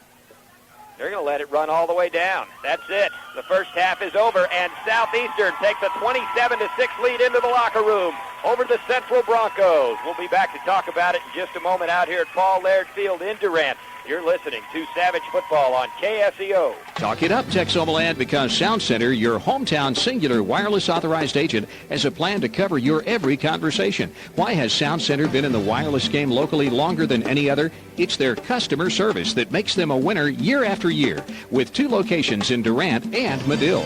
Sound Center and Singular fits you best. Isn't it nice to know that at Nichols you're getting the most value for your dollar? Hi, I'm Jeremy Nichols, and our family has earned your family's business by providing quality products and services at the lowest possible price. You'll find the freshest produce and certified Black Angus beef from our meat department. So come see us at Nichols Dollar Saver in Durant. Open MRI of Durant has installed a brand new state-of-the-art Open MRI machine. You'll feel at ease with a friendly and experienced staff. Your MRI will be ready by one of 6 board-certified radiologists. And the price includes the reading fee. Medicare and most major insurances accepted, front door parking, and late appointments available. Open MRI of Durant, 2911 University. For a friendly, courteous professional service, contact Larry Wills, your Farmers Insurance Group agent right here in Durant. Larry Wills can take care of all your insurance needs, including life, home, auto, commercial, boat, as well as farm and ranch coverage. Discounts available for non-smokers, good drivers, and 2-car families. That's Farmers Insurance, 323 West Evergreen. Call 924-3898. Do you suffer from recurrent back pain, painful knee or shoulder interfering with your weekend warrior games? Has your doctor recommended physical therapy? The Physical Therapy Center at MCSO welcomes referrals for back pain, joint injuries, post-operative rehab, strokes, and aquatic therapy. Call the Physical Therapy Center in the Durant Medical Complex, 920-8099. Medical Center Pharmacy is Health Mart Pharmacy's Regional Pharmacy of the Year. That's a trophy you win because you have the most up-to-date technology, most dependable employees, and leadership that provides the very best products at a reasonable price with fast, efficient service. Medical Center Pharmacy, a winning team at 1022 Radio Road, or call 924-7425. Texoma agrees. Southeastern Oklahoma State University is best in its class. Jeans Tires, thanks to folks of Bryan County and the surrounding area for rating Jeans Tires best in its class. Jeans Tires is Texoma's choice for all major brands of tires, brakes, shocks, and emergency road service. Go with the best. Jeans Tires in Durant. Be a member of the Landmark team. Our MVPs tackle your banking needs. Our special teams assist you with insurance, investments, and trusts. Don't be stopped short of your financial goals. Drive to 900 West Main in Durant today.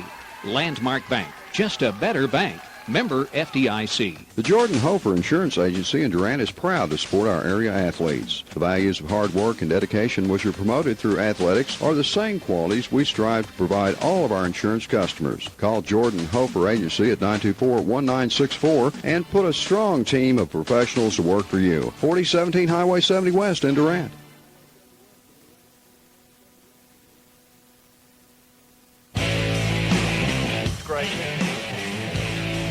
And welcome back to Paul Laird Field in Durant. We're at halftime, and it's your Southeastern Savages with a 27-6 lead over the UCO Bronchos. And those Central Broncos came into this contest unbeaten, Joey, 7-0. The number 1 ranked team in the NCAA Division II West Region, number 5 nationally in the AFCA Top 25. And Southeastern is flat out handing them their heads here in the first half. They have dominated this first half of play, 27-6. Tremendous effort by the Savages. They came into this game with something to prove. They're on their way to proving it. I don't think there's any question, Mike, that it's both sides of the ball either. The Savage offense is just there, striking quickly at every opportunity they have. 5 plays, 7 plays, 5 plays, 3 plays on that last touchdown strike, 13 yards out, 3 plays for 13 yards, giving them the 21-point advantage that they have right now. John White 2 for 2 with field goals. And Mike, the turnovers also that are key here is as Southeastern has scored off of both of them, a recovered fumble and an interception. It's just been incredible. We've got some other scores for you from around the Lone Star Conference, then we'll take a deeper look at those Southeastern numbers. Midwestern State over Angelo State, 35-31 in the third quarter. Abilene Christian over Texas A&M Commerce, 14-0 in the half. And the last scoring update we got from the Bedlam game was OU 10, Oklahoma State nothing in the first quarter. That was a while back, so we're waiting for another update on that one. Joey, you've got to look at some of those individual stats. Drew Beard turning in another terrific day, and so is Romar Crenshaw as a multiple threat running and catching the football. We do. We're waiting to get some of them back. We're checking the veracity of a couple of these stats over here. We think a couple of them may be here or there right now, so we're waiting for the official numbers. But on the ground, Romar Crenshaw, 1 carry for 57 yards. And you know what, Mike? That has made such a big difference today. Just that one end around, and the Central defense has had to respect it. Every time Romar goes in motion, it's like 3 or 4 players are put on assignment just on Romar alone, which has opened other people up, including Drew Beard. 5 carries for 53 yards. There is Long being a 34-yarder for a touchdown, but the most recent touchdown came on a fake end around to Romar Crenshaw, and Beard made his way into the end zone. And I mean, Mike, he was untouched into the end zone because everyone went with Romar. You're right. They had Crenshaw lined up on the left side of the field and brought him in motion to the right through the backfield. The entire defense seemed to shift with him, and then Drew Beard just turned it back inside, had to hurdle one defender at the 5-yard line, and then scampered into the end zone. A well-conceived play. Coach Keith Baxter has put together a brilliant game plan to attack these Central Broncos, and quite frankly, Chuck Langston's Bronco group out there, they look like they don't know what in the world's going on. Oh, Coach Baxter has done a great job, and granted, he's got the offensive weapons to work with, but you know what, Mike? You've got to know how to use them, and he is really exploiting the Central defense right now. Terrell King, 5 carries also for 18 yards. He's picked up one on the ground, a touchdown on the ground also. That'll scamper to the far side of the field over there earlier in the game. And Terrence Anderson, 2 carries for 3 yards. Drew Beard, 5 for 10 through the air. He's completed only 50% of his passes, Mike. 124 yards in just 5 completed passes. He's done a great job. And let's look at these receivers here. His passes have gone 2 to Romar Crenshaw for 55 yards. That's put him at 100 yards from matching Compton's career mark of receiving in the Lone Star Conference. And 2 of them to Michael Mooney for 15 yards receiving, and Maurice Gardner on that heave, 54 yards through the air in 1 reception. Absolutely incredible for both passing and receiving Southeastern. We recap the scoring for you. UCO got on the board. Oklahoma. Making the pursuit for the Broncos was the defensive end Danny Nephew, and helping him out was the corner Dwight Devon. Picked up only a yard on that play, Mike, and it's third and a very manageable 2 yards for Southeastern. But Crenshaw also picked up 5 yards there on that first carry before the late hit, so we've got him with 2 carries for 6 yards here, 4 plays for the Savages here in the first half, all on the ground. And they may be running those end arounds to the near side to set up something else to the opposite side of the field that we can look for here. 3rd down and 1 for Southeastern from the 9-yard line of Central Oklahoma, and it's Drew Beard under center with the offset I formation behind him. The handoff to King, and he spins his way inside the 10. It looks like he has enough for the first down on forward progress. He needed to get just inside the 8-yard line. He was drugged backwards, but he spun his way down inside. It looks like he got just to the 8-yard line. I'm going to be surprised if it's not enough, but I'll bet they bring out the chains and measure this one, Mike, because it's very close. And now they're saying that he only picked up about a yard on the play, and they're marking him a yard short. That doesn't look like where his forward progress went. It's going to be 4th and a little bit less than a yard. The ball spotted just inside the 9, the line of scrimmage, the 8. Beard on the quarterback keeper surges forward, and it looks like he has it. He didn't need much, and he definitely moved forward on the push behind his offensive line. We still await for the pile to clear. First down, Southeastern. It'll be first and goal, Savages, as they look to add to a 27-6 lead over the Central Broncos with 12:16 to go here in the third quarter. That's why it's always good to pick up a lot of yards on first down, Mike. You wound up with a 2nd and 3, and on 3 consecutive plays picked up an average of a yard apiece. Still picked up the first down. How big was the first down play that time? Offset I formation behind Drew Beard on first and goal for Southeastern from the UCO 7-yard line. It's Harbert, the fullback, King, the tailback. Harbert comes in motion to the far side of the field. Crenshaw, the lone wideout. Handoff goes to King, and he's inside the 5-yard line down to the 4. He picked up about 3 on the play. 7th play of the possession for Southeastern, 7th play on the ground. And Jeff Harbert, we haven't talked about him enough today. The senior doing a great job blocking up the middle, not only for Drew Beard, but for Terrell King in the backfield. And he's such a selfless player because he doesn't see the football very often. Only 2 receptions for 14 yards, 1 carry for 7 yards, but he does so many great things away from the football. Such a cerebral player to help this Savage offense move. So now it's going to be 2nd and goal for Southeastern from the 4-yard line of UCO. Offset I formation again behind Beard. The pitch back to King. Gets a block from Harbert, but not much running room. He's able to get back to the 5 before he is dragged down from behind. And there are more flags down on the field. And I think, Mike, that this is going to be Jake Morton again. If they call this against Central Oklahoma, Jake Morton locked up with Harbert. Harbert stopped blocking a long time ago, had his hands up in the air, and Morton laid another lick on him.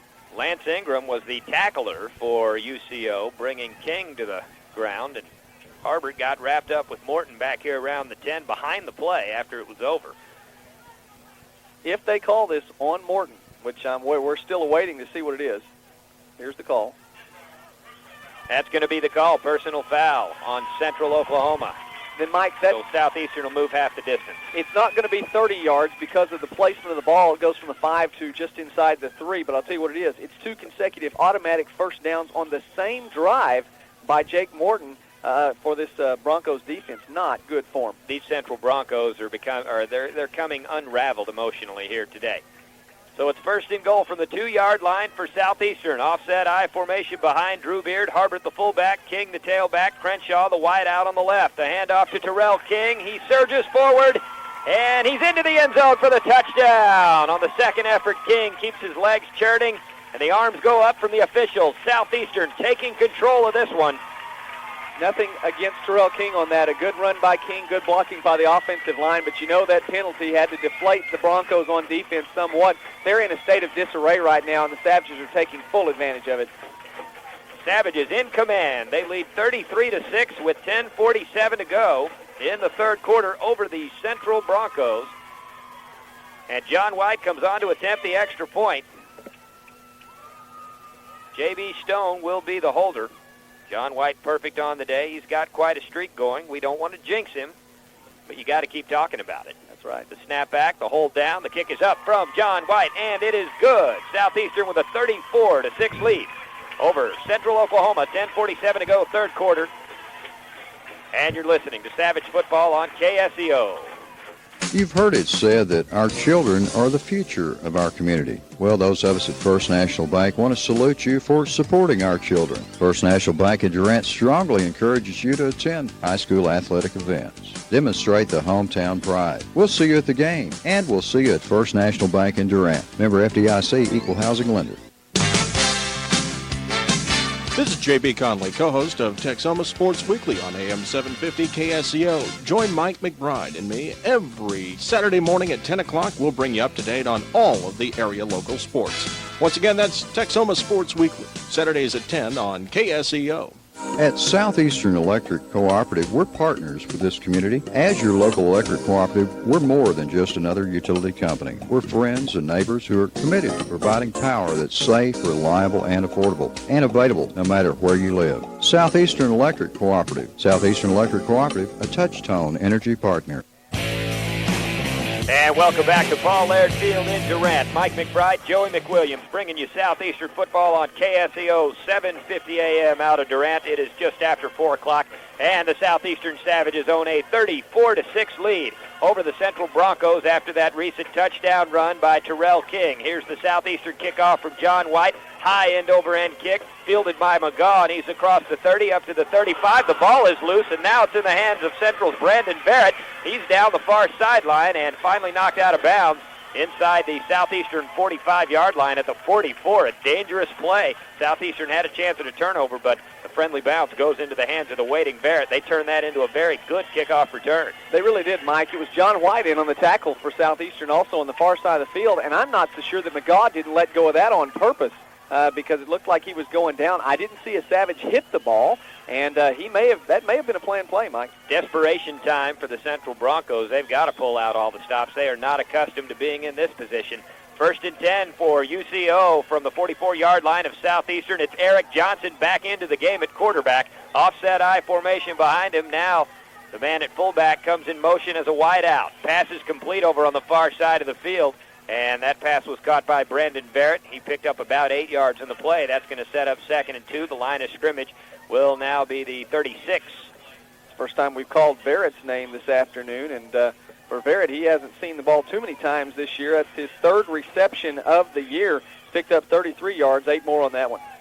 Clock moving, 10 minutes, 10 seconds to go in the 3rd quarter. It's 2nd down and 2 for Central Oklahoma from the Southeastern 36-yard line. Johnson in the game at quarterback, the lone setback Benoit.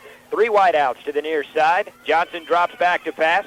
Good protection. Johnson rolls to the near side. He's being chased out of bounds. Linnell Lawrence shoves him out of bounds at the 34-yard line, so he did pick up a couple of yards on the scramble, and he may have enough for a 1st down. I think it is. I think the nose of the football is going to be beyond the hash mark there. The official on the far side signaling 1st down. That is going to be a 1st down. Just got it by the length of the football. So an effective scramble. It didn't look like he got much yard because he strung it out so far side to side, but he gradually picked up enough yardage before Linnell Lawrence shoved him out of bounds. So now it's 1st and 10 for Central. From the 33-yard line of Southeastern, Johnson under center, the lone setback Benoit, 3 wideouts on the far side, and Barrett on the near side. Hand off to Benoit, looks for running room up the middle, and has it inside the 30 down to about the 28-yard line before he's wrapped up by Norman Dawson. And the other tackler emerging from the pile is Jeremy Waldorf for Southeastern. That's going to be a gain of about 5 yards. Dawson has had Benoit's number all game long. He's continued to move the ball in there, and Dawson finding himself in there where the ball is when Benoit has it, probably keying on him for a purpose. We saw some cutting that time by Jared Benoit. He hasn't been doing that most of the game. He stopped, cut one way, cut back the other way.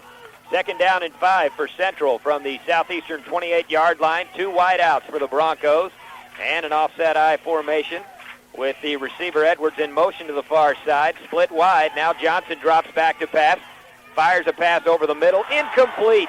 A lob pass over the middle intended for the tight end Brandon Whiteley, and he was smacked as the ball arrived. He was definitely hit very, very hard. Mike, I think Lawrence actually tipped the ball for Southeastern, but you know what? That ball went right in. It hit between the 8 and the 7 on his jersey. He should have wrapped that one up. So the clock stops. Under 9 minutes to go in the 3rd quarter. 8:57 is what it reads. Southeastern with a 34-6 lead over the Broncos of Central Oklahoma. It's 3rd down and 5 for the Broncos at the Savage 28-yard line. And Johnson lines up in the shotgun this time with Benoit, the lone setback to his left. 3 wideouts on the far side, 1 by himself on the near side. Johnson back to pass, the blitz coming. He fires a pass right side, and it is caught down at the 10-yard line by Jared Mears. 1st down, UCO. Very good catch. Mears had to leap up for that one, get off the ground, but used every bit of his body and brought that one in. And where the last one was dropped and should have been brought in by Whiteley, Mears actually had a tougher one to catch. He brought it in, picked up the 1st down. 17-yard pickup on the play. Mears, a tall target at 6'4" and 200 pounds out of Westmore High School. He's just a sophomore.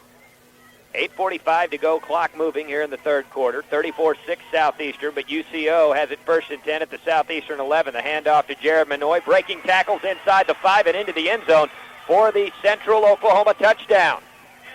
Benoit with the first touchdown of the afternoon for Central Oklahoma.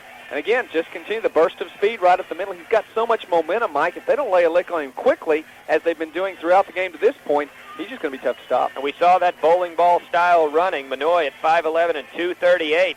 Strong-armed and just shook off tacklers and kept his legs churning. Rumbled into the end zone near the right hash mark. So UCO will attempt the extra point now. A.J. Haglund going to come onto the field, and there are flags down in the end zone. And is there illegal participation against one team or the other? It's against Southeastern. I believe you're right. Yep. One of the Savages coming off the field right now. I think they had too many. Yes, they did. That's 12. Yep. And the guilty party is Billy Pettigo as he comes over to Coach Baxter to take his tongue lashing. Wasn't in a big hurry to get over here, but he was not a part of that unit. And he just wanted to be on the field. Exactly. And you wouldn't want to be on the field with a game like this. So now A.J. Haglund will come on to attempt the extra point for the UCO Bronchos. Derrick Johnson, the holder. The snap back, the hold down. The kick is up from Haglund, and it's good. So now we have a 34-13 game. Southeastern still in front by 21 with 8:34 to go in the third. You're listening to Savage Football on KSEO. You'll walk away a winner when you buy from Larry Dyson Motors, your Pontiac, Oldsmobile, Buick, Cadillac, and GMC truck dealer. Larry Dyson Motors also offers a large selection of good, dependable pre-owned or program cars. Be a winner. Shop Larry Dyson Motors, 2005 West Main in Durant. Dr. Ken Grider of Southeastern Orthopedics, in conjunction with the Medical Center of Southeastern Oklahoma, is a proud sponsor of Bryan County Sports. Dr. Ken Grider specializes in sports medicine, carpal tunnel syndrome, joint replacement, and general orthopedics. He is a board-certified orthopedic surgeon located at 1805 West University in Durant. You juggle your home, your family, your career. It's a tough job. Here's one job that doesn't have to be. Finding an affordable insurance policy that comes with good neighbor service. Just call State Farm agent Don Carpenter at 501 West Main in Durant. Whether you need car, home, life, health, or business insurance, call State Farm agent Don Carpenter today, 924-8686. And welcome back to Paul Laird Field in Durant. Southeastern leading Central Oklahoma 34-13. A Jared Manoy touchdown, putting the Broncos back on the board to slice the Savage lead to 21. This kickoff from Haglund's out of the back of the end zone, and that's a touchback. Southeastern will take over possession at its own 20-yard line, moving left to right in the direction of that south end zone with the wind in their face. Haglund is now connected on 18 consecutive extra point attempts, but he's fallen a little bit behind the pace that John White has set. White is now at 27. Doing a terrific job, and that was really a problem area. If the John White we're seeing right now had been the John White that made the trip out to Arkadelphia, Arkansas in Week 1, Southeastern would have been 7-1 coming into this game. He bounced an extra point off the left upright in one of the overtimes that would have won the football game. Exactly. Ancient history, though, and the Savages attending to the matter at hand with a 34-13 lead over Central. 1st and 10 Southeastern from their own 20. Beard over center. The handoff to Terrence Anderson. Doesn't find much room to run. Gets back to the line of scrimmage, and he's stopped for no gain by the backup defensive tackle Arthur Johnson. No, he didn't pick up any at all that time. Anderson, as you said, the one setback back there, didn't get much blocking that time, and the defense read it very well. An awfully generous spot as they mark it up to the 21 and give Terrence Anderson a yard on that play. So now it's going to be 2nd down and 9 for the Savages. 8:09 to go here in the third quarter. Southeastern leading 34-13, and the Savages break the huddle, splitting 3 wideouts on the near side. Harbert's one of them along with Jones and Mooney. Crenshaw by himself on the far side. Anderson the lone setback, and Drew Beard comes back up over center. Long count here with a play clock down to 6 seconds. Beard option play to the left, tries to keep it. This play is sniffed out well, and he is smacked at the 21-yard line for no gain. Again, that's Arthur Johnson, the defensive tackle, making the play. Got absolutely nothing at all there, Mike, as he tried to find a hole that he had seen earlier in the game. And there were just too many Central Broncos there to bring him down. And they actually huddled over the top of him there, about 5 or 6 of them. They're really excited that they held Beard to a no-yard gain. But, you know what, he's run all over the rest of this contest. So it's going to be 3rd down and 9 for Southeastern from their own 21-yard line. Savages moving left to right. King back into the game at tailback. He'll flank Beard on the right with 4 wideouts. Shotgun, and Beard drops back to pass. Throws over the middle, complete to DeMarcus Jones for a 1st down. Up at the 36-yard line, 15-yard pickup. Savages move the chains. And Jones pushed forward for another 2 yards. He caught the ball at about the 33.5, leaned forward, and just kept kicking his feet until finally his knee hit the ground. Jones having a terrific senior season, 18 catches for 413 yards, 6 touchdowns, an average of 23 yards per reception coming into this contest with 2 100-yard outings to his credit. And, Mike, the score we just got, OU 24, OSU 3 at the half, and that's a big one going on in Norman right now, but we're in the third quarter here. Good news to me. 1st and 10 Southeastern from their own 36-yard line. Fake handoff, and Beard's going to turn it upfield. Running room up the middle, and he's to the 41-yard line. He picked up 5 on the play. Great job by Drew Beard. The tackler for UCO was Anthony Bird, the strong safety. And that's the 10th rushing play here in the second half of the 11 offensive plays that we've seen from the Savages. They continue to keep the ball on the ground, going against a wind that has lessened somewhat, but they really did prove that they could move the ball on the ground against the wind last week at Southwestern. I wouldn't be surprised if we saw about an 80-20 ratio or better or on the ground here in the third quarter. Clock moving, 6:10 to go, third quarter, and it's 2nd down and 5 for Southeastern from their own 42-yard line. I formation behind Beard, tight formation on the left. Crenshaw, the wideout on the right. The handoff goes to Terrence Anderson. Running room up the middle, first down, and he is close to midfield. He'll get to the 47-yard line. He was able to pick up 6 yards on that play. Anderson, they were generous to him last time, gave him the 1 yard on that rather generous spot. This time he earned every bit of those 6 yards, found a seam, and burst right up the middle. Great job by Terrence Anderson. Good to see him back in the lineup. He was injured enough a week ago. He didn't even make the trip out to Weatherford. Now, you're exactly right. It's nice to see him back there. Listed third string earlier on now. He's listed at second string in the 2 deep behind King. He's done a good job this afternoon. 1st and 10 Southeastern from the Savage 47-yard line. Beard in the shotgun, 2 wide outs. Another handoff is faked, and Beard drops back to pass. Pump fakes, throws a deep ball over the middle, and Crenshaw runs under it inside the 5 and into the end zone for the Southeastern touchdown. Wow, he made something happen out of a duck. That ball was just strength down the field. It hit that wind, totally disrupted the trajectory of the ball, but again, Drew Beard is so strong. He just willed it down the field. Romar actually had to wait on it a little bit.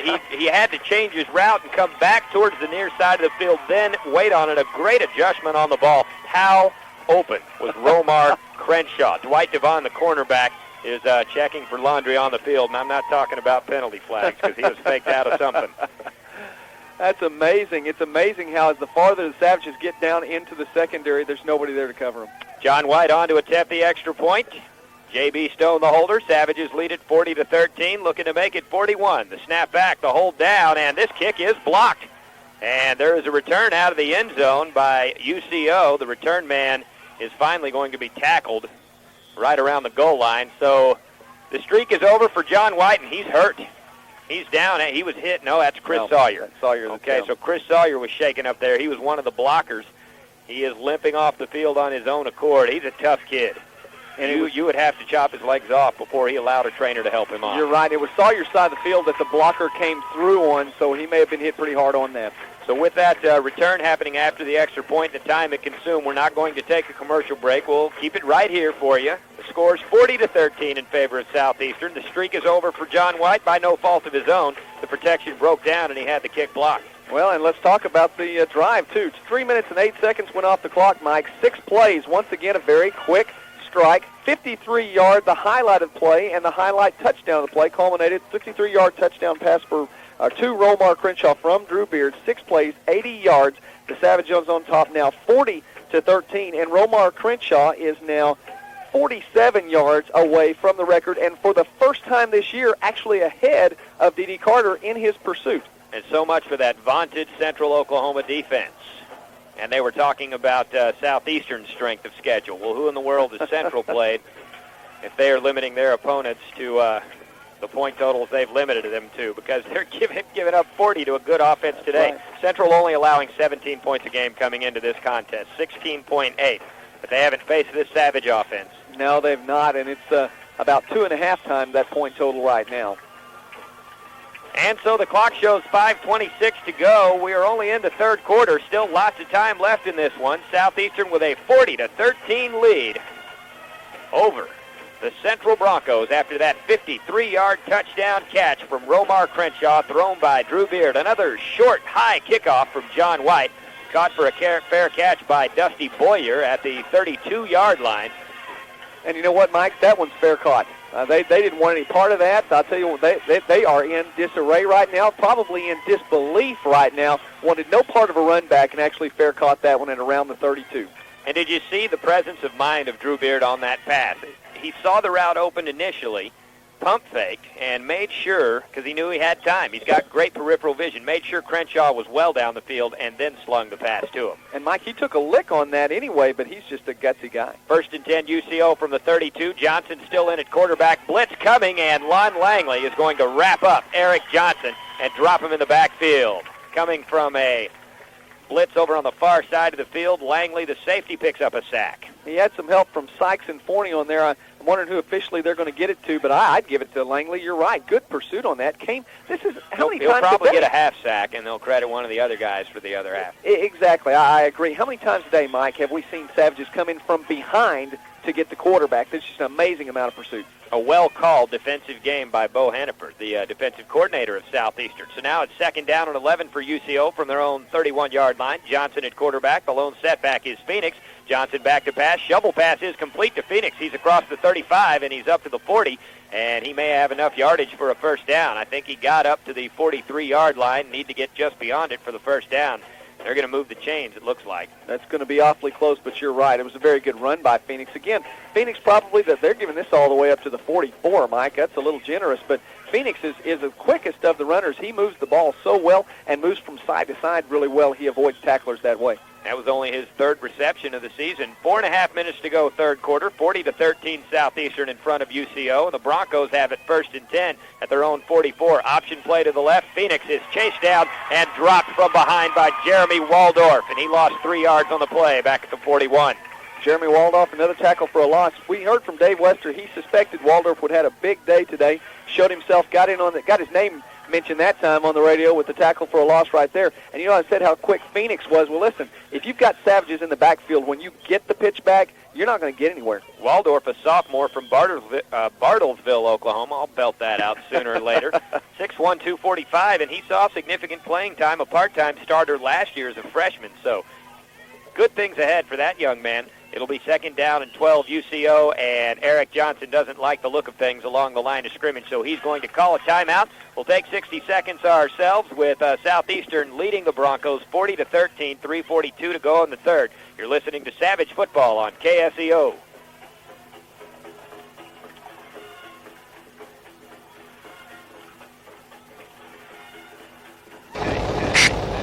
Welcome to Taco Casa. May I take your order?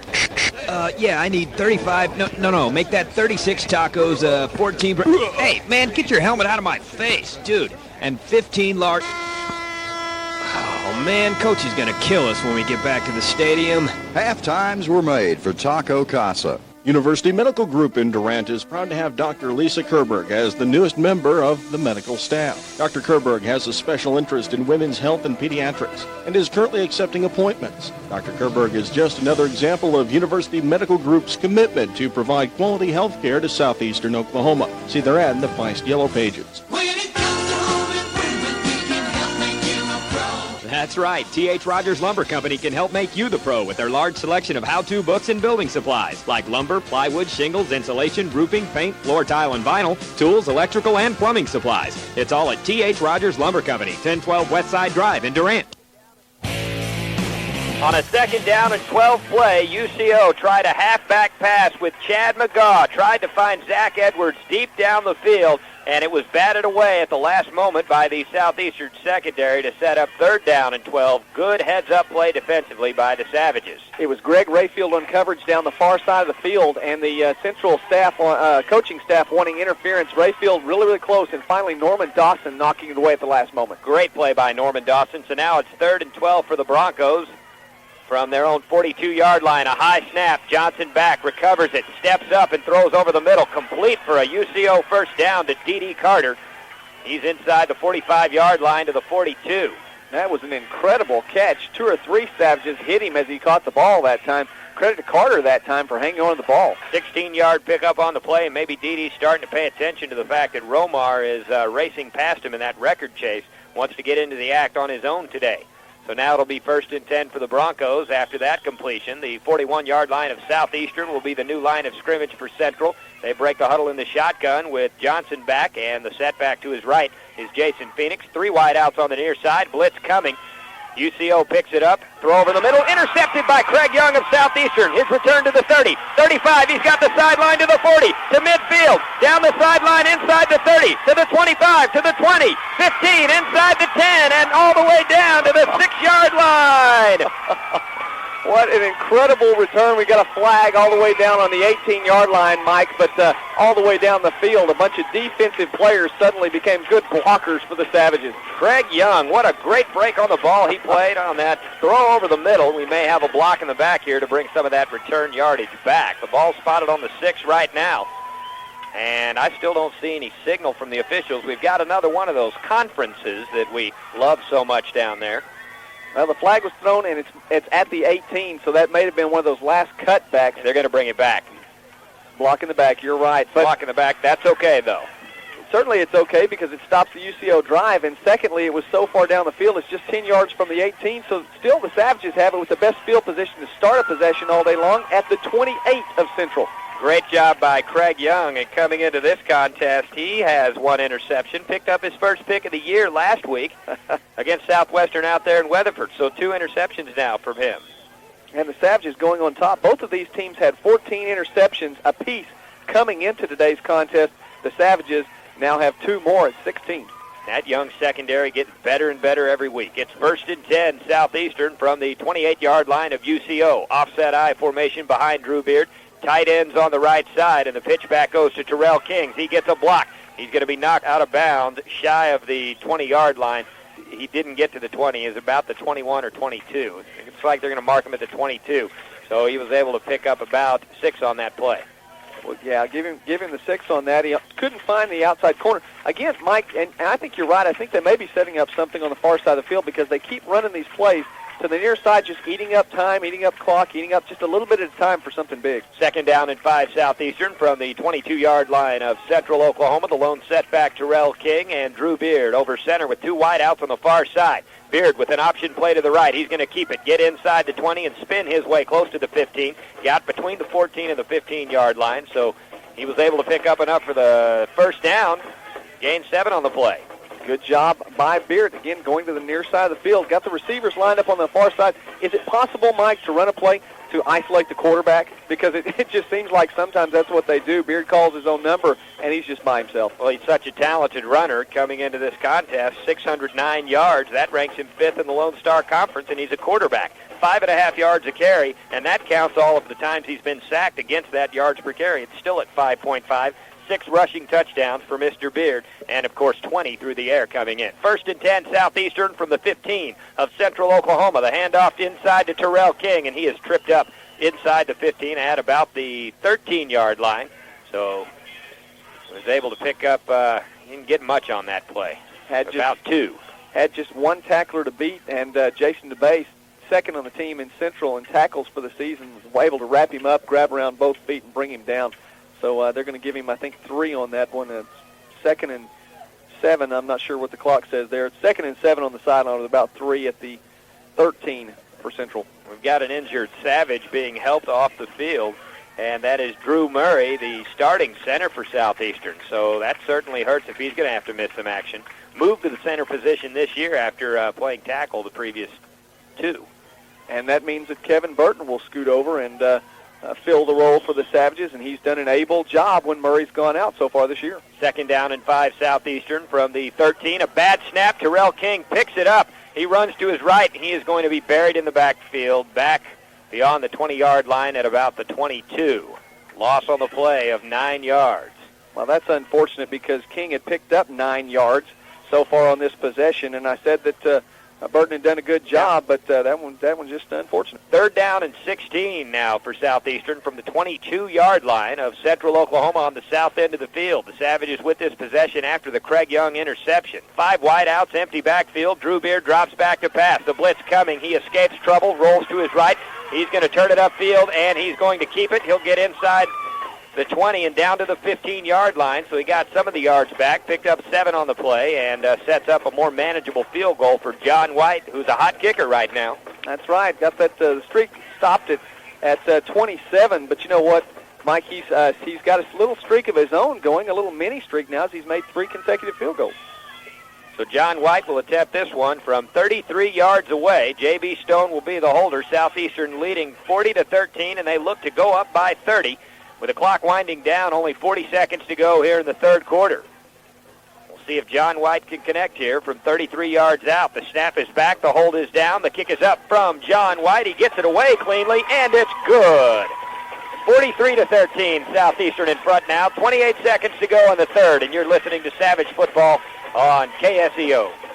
Thompson's Book and Supply, located at 5th and University in Durant, is proud to sponsor Bryan County sports. Thompson's Book and Supply offers a tremendous selection of office and computer supplies, office furniture, art supplies, teaching aids, books, gift supplies, and SOSU apparel, and more at low prices. Thompson's Book and Supply, 5th and University in Durant.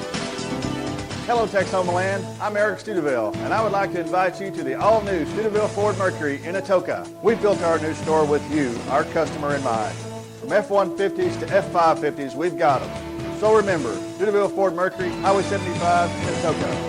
Be all-round dealer, Studeville Ford. No matter how you slice it, what you pile on it, or what's the spread, game days were made for Subway. White or wheat, 6-inch or foot-long, cold cuts or veggies. Pick up your crowd favorite on the way to the game.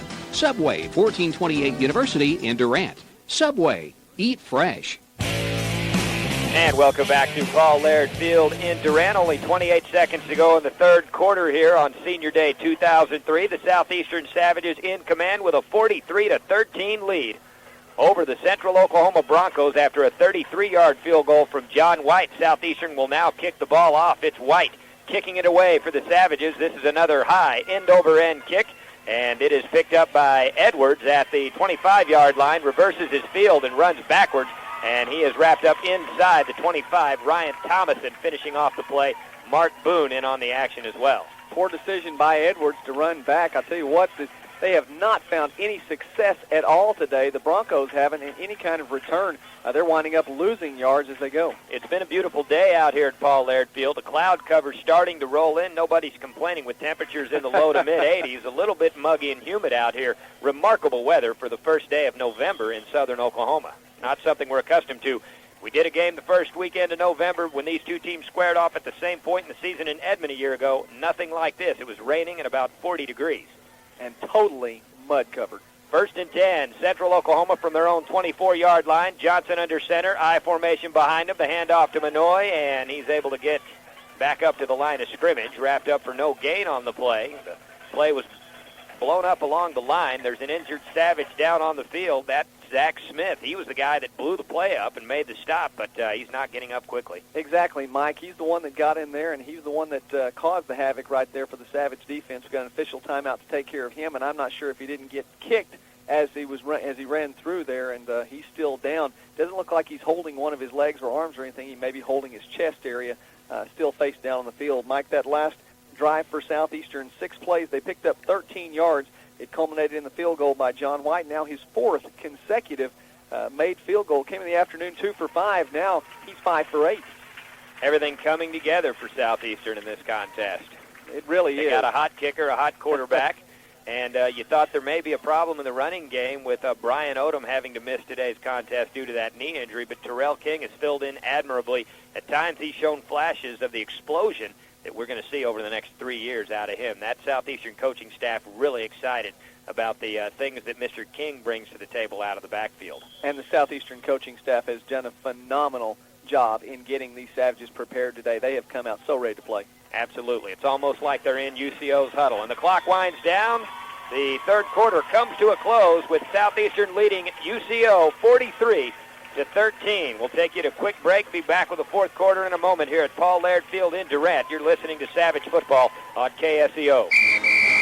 Personal foul, unsportsmanlike conduct, Reynolds Auto Group for blindsiding the competition with unbeatable prices. Reynolds Lot is packed with quality Chevrolet and Dodge cars and trucks. Backed with an award-winning parts and service department. Add to that 21 years of business at the same location, and you've got a championship team. Reynolds Auto Group in Durant. When you found the home of your dream, call Southern Oklahoma Closing Office, the professionals that care. Southern Oklahoma Closing Services handle real estate closings, purchases, refinancing, and closing of cash transactions. Proudly serving all of Bryan County, Southern Oklahoma Closing Office, 118 North 3rd in Durant, or call 920-0212. Birthday parties, anniversaries, graduations, weddings, and retirements. Life changes quickly, so do your insurance needs. See State Farm Agent Clint Markham at 924 West Evergreen Street in Durant for a free review of your ever-changing insurance needs. Call 580-924-8888 today. Clint Markham, providing insurance and financial services. And we go to the fourth quarter at Paul Laird Field in Durant. Southeastern with a 43-13 lead over Central Oklahoma. Switch ends of the field, and it's 2nd and 10 Broncos at their own 24. Derrick Johnson back to pass. He's being pressured. Gets a throw away, and it's complete to the tailback, Jared Manoy. He's to the 25-yard line before he's tackled by Corey Lindley, and helping him out to make the stop, Matt Byers, the junior out of Vernon, Texas.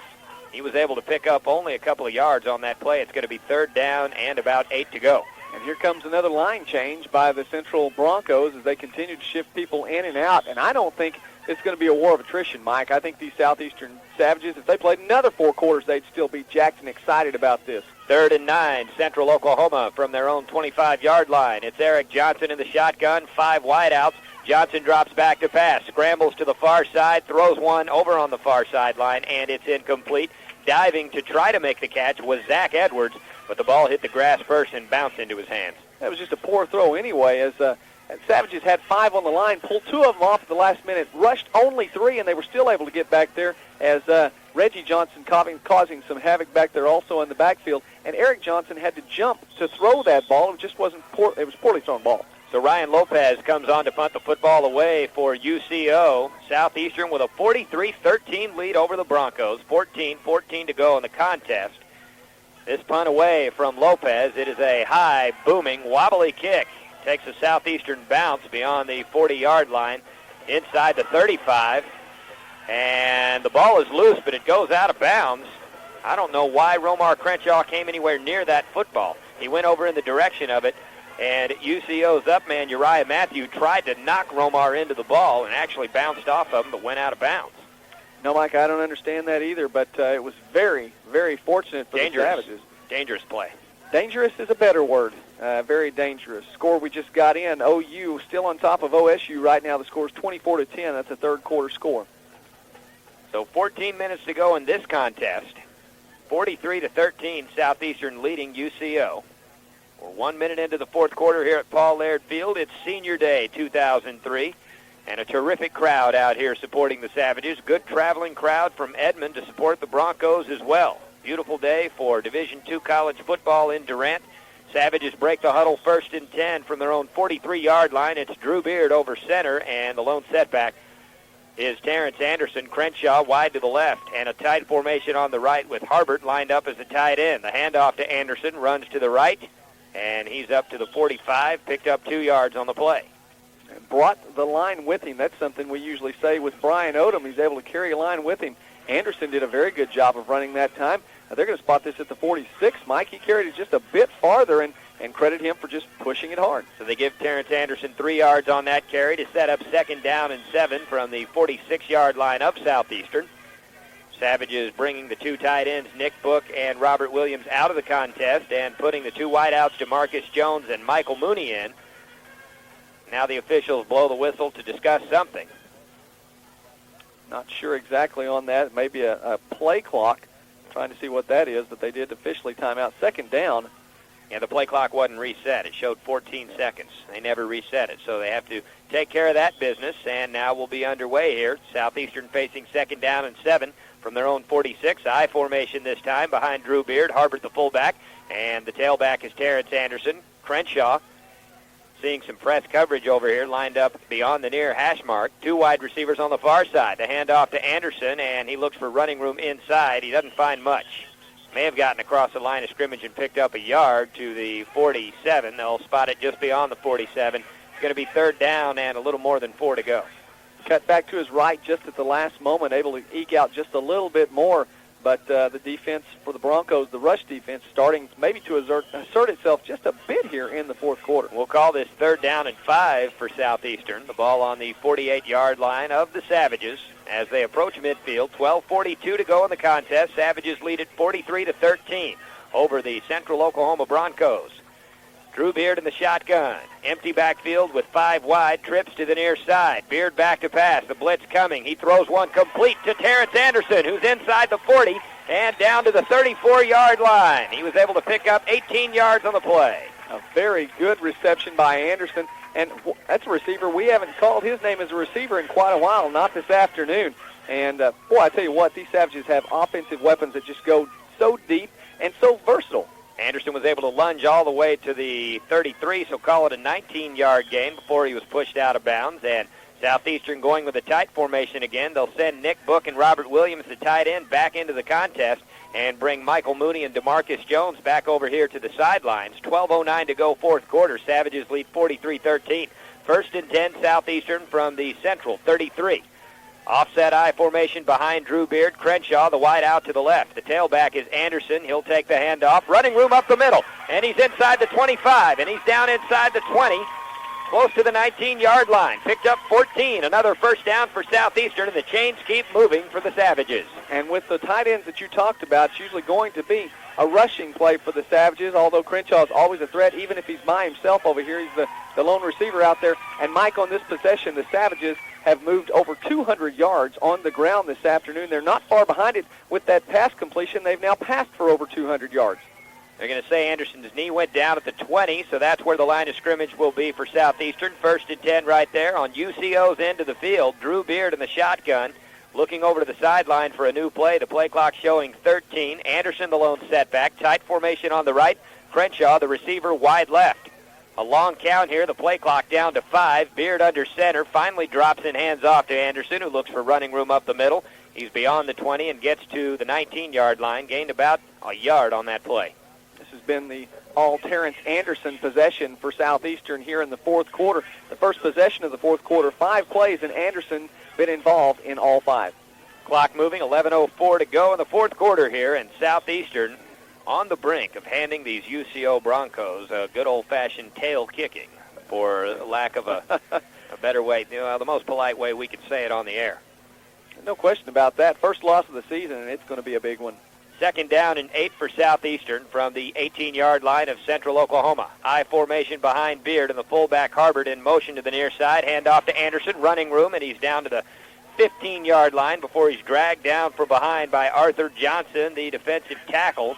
So he was able to pick up 3 yards. That's going to set up 3rd and a little bit shy of 5 yards to go. The first down markers between the 10 and the 11, and the line of scrimmage will be the 15. So Terrence Anderson again on this drive. 5 rushes to Terrence Anderson, 1 pass from Drew Beard to Terrence Anderson, 19 yards on that. And the Savages continue to move the ball. They've moved it now 42 yards. Anderson's had a hand in every bit of it. 3rd down and 5 for Southeastern from the Central 15-yard line. Beard in the shotgun. Anderson the lone setback. Crenshaw in motion to the far side. And it's a direct snap, and it's mishandled. The ball's on the ground. It's a fumble. Looks like UCO recovered it, and they do.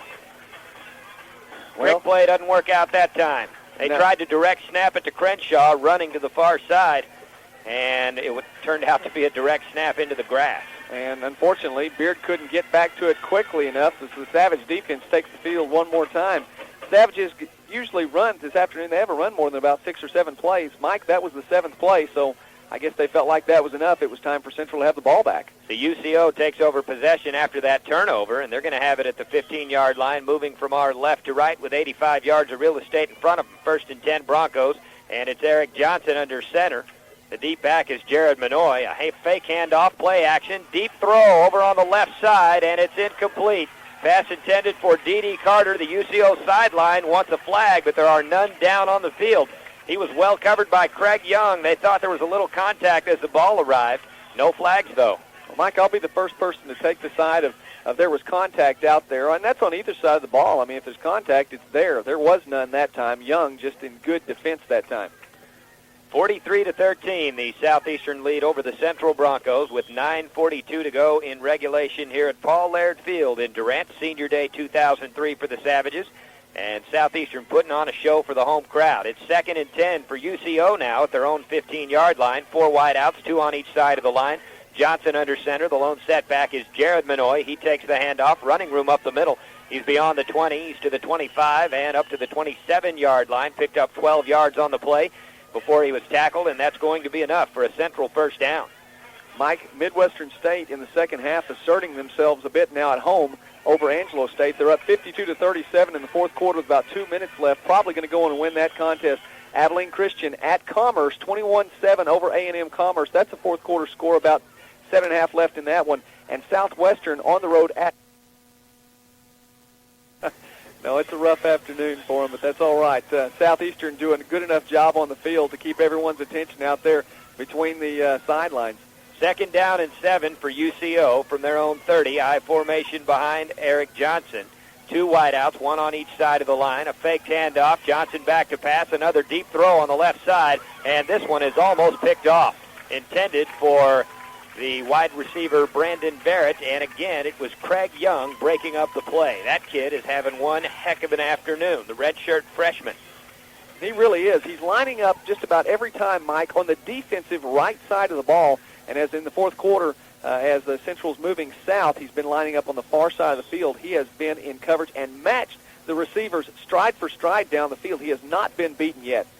3rd down and 7 for Central Oklahoma from their own 30-yard line now. 8:38 to go fourth quarter. 43-13, the Southeastern lead. Johnson in the shotgun, drops back to pass. Good time to throw. Fires one over the middle, complete to D.D. Carter for a first down beyond the 40, and he is all the way up to the 44-yard line, a 14-yard gain on the play. Carter's going to pick up 14 more on that, and that should unofficially give him somewhere around 40 yards on the afternoon, and that puts him at about 50 yards away from the all-time record as the D.D. and Romar watch continues here in the fourth quarter. Robert Forney checks into the game for Southeastern, and Robert Harmon checks out at defensive end. 1st and 10, UCO from their own 44. Johnson under center. Manoy the lone setback. 3 wideouts, 2 on the near side. Blitz coming. UCO picks it up. Johnson fires the pass over the middle, complete to Zach Edwards. He's inside the 30, to the 25, to the 20, 15, and finally dragged down by Linnell Lawrence inside the 15-yard line at the 13 of Southeastern. Well, Lawrence actually coming up from behind. Mike could have caught him about 5 yards sooner, but he was making a swipe at the ball and settled for just bringing him down. Edwards at the last moment hung on to it, but still picked up another 5 yards with his momentum. 43-yard pickup on the play by Zach Edwards. Good job by Eric Johnson to stand in and find his target over the middle. Under 8 minutes to go in the game now. Southeastern in control, leading 43-13 over UCO, but the Broncos threatening to get back on the scoreboard. They've got it 1st and 10 from Southeastern's 13. Here's a handoff to Jared Manoy, running room to the outside. He's got an angle, and he is into the far corner of the end zone for the UCO touchdown.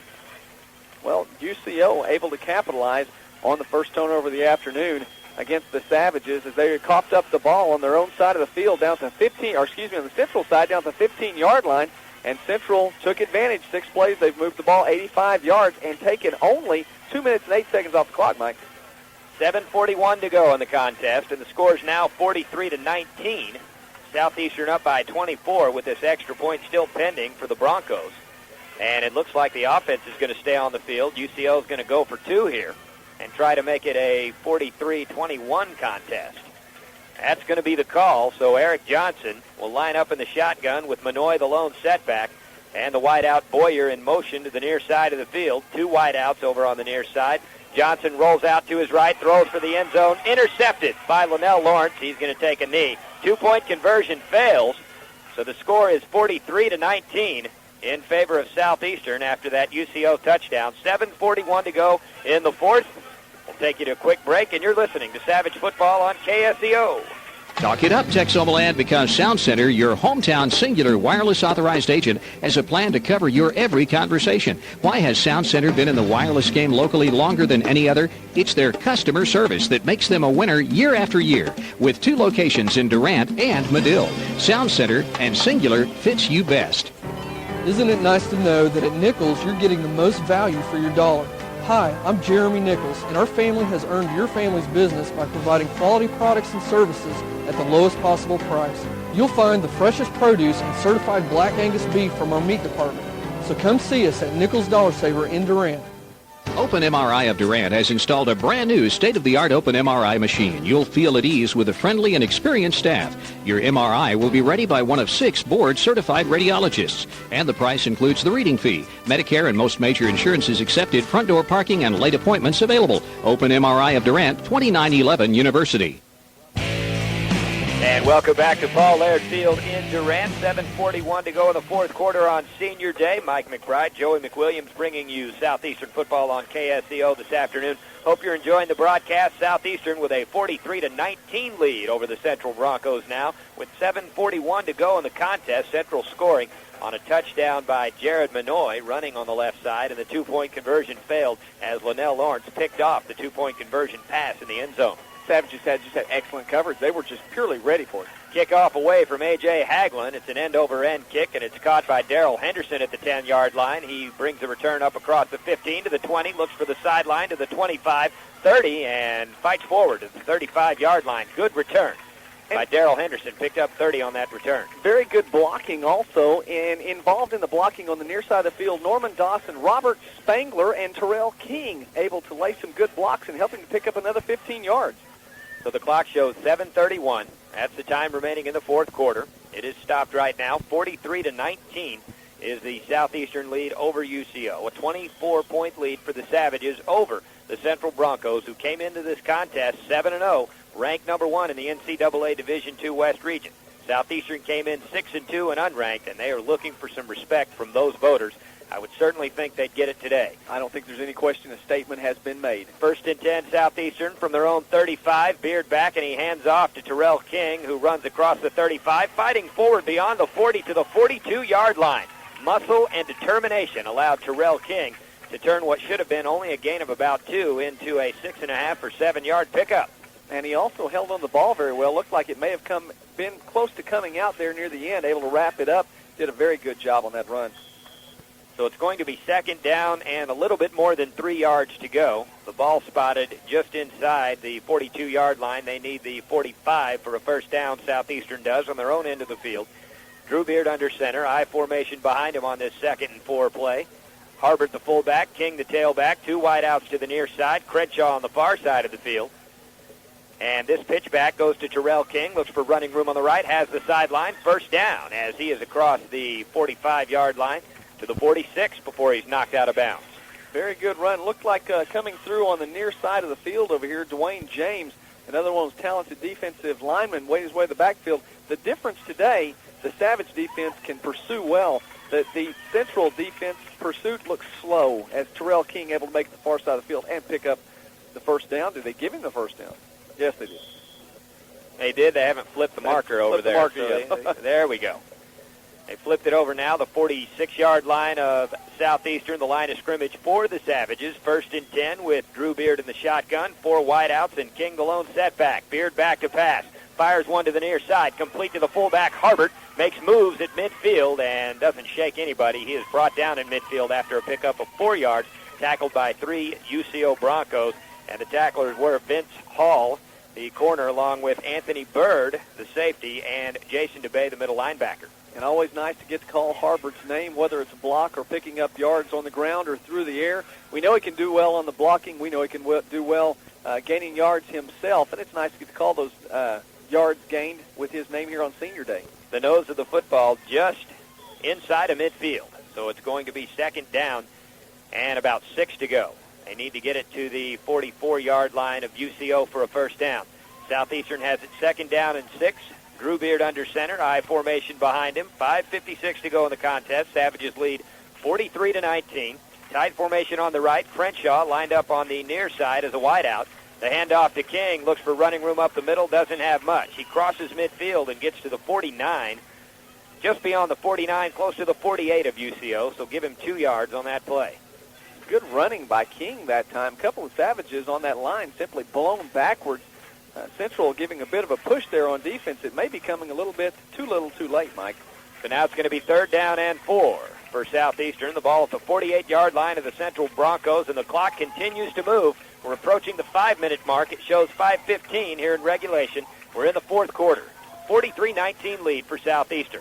And on 3rd down and 4, Drew Beard comes out in the shotgun with 3 wideouts far side, 2 on the near side. Crenshaw in motion, takes the reverse handoff, looks for running room up the middle, doesn't have much. Maybe got back to the line of scrimmage, and I think that's going to be the call. Now there are flags down on the field after no gain by Crenshaw. And Central applauding this one as though they think this one's going to go against the Savages. I'd be interested to see what the call was. That was an awfully quick play. Crenshaw took the reverse handoff and elected to cut upfield and try to find a running lane in the middle. The call will go against Southeastern because we already see the punting unit coming onto the field for the Savages. More than likely some words down there on the field exchanged, probably more from Southeastern side. At least that's what the official heard. Unsportsmanlike conduct. That's the call. 4:56 to go in the game. 43-19, Southeastern in control.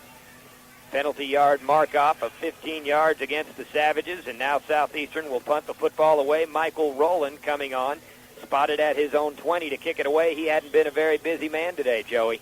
No, he has not. And back to return this one for UCO is Chad McGaw at his own 20-yard line. 4:46 to go. The play clock down to 10. A long count here. The snap back cleanly, and the kick is away.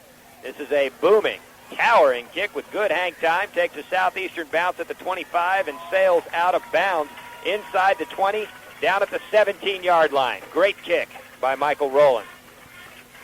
4 minutes and 32 seconds remaining on the clock. The Savages, they ran 6 plays, including the punt, Mike. They took 2 minutes, 59 seconds off the clock, and all that does is get this game closer to being over as they're up 24 points. The clock can't run more quickly enough for the Savages here this afternoon. 4 minutes and 32 seconds to go in the contest.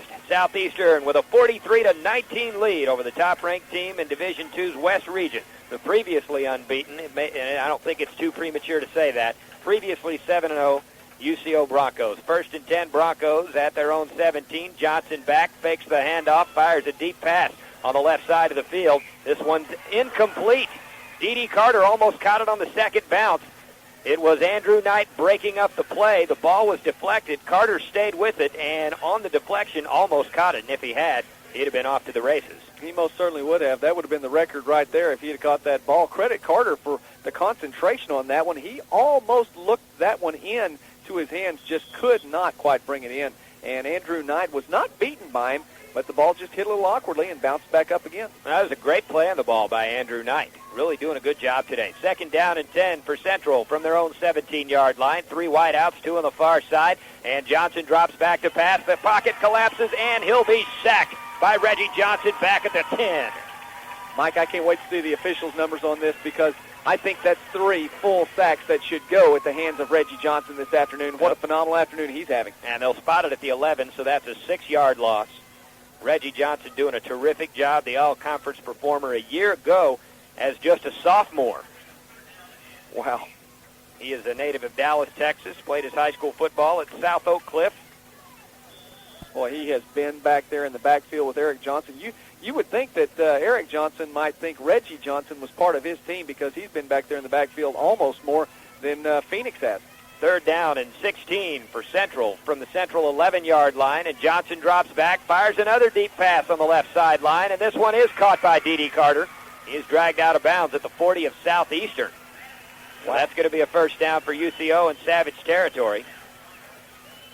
Mike, that's not quite the record, I don't believe. He but got it's gonna be 44. awfully close. He got 44 out of that one, and well, hang on, let's check. Yeah.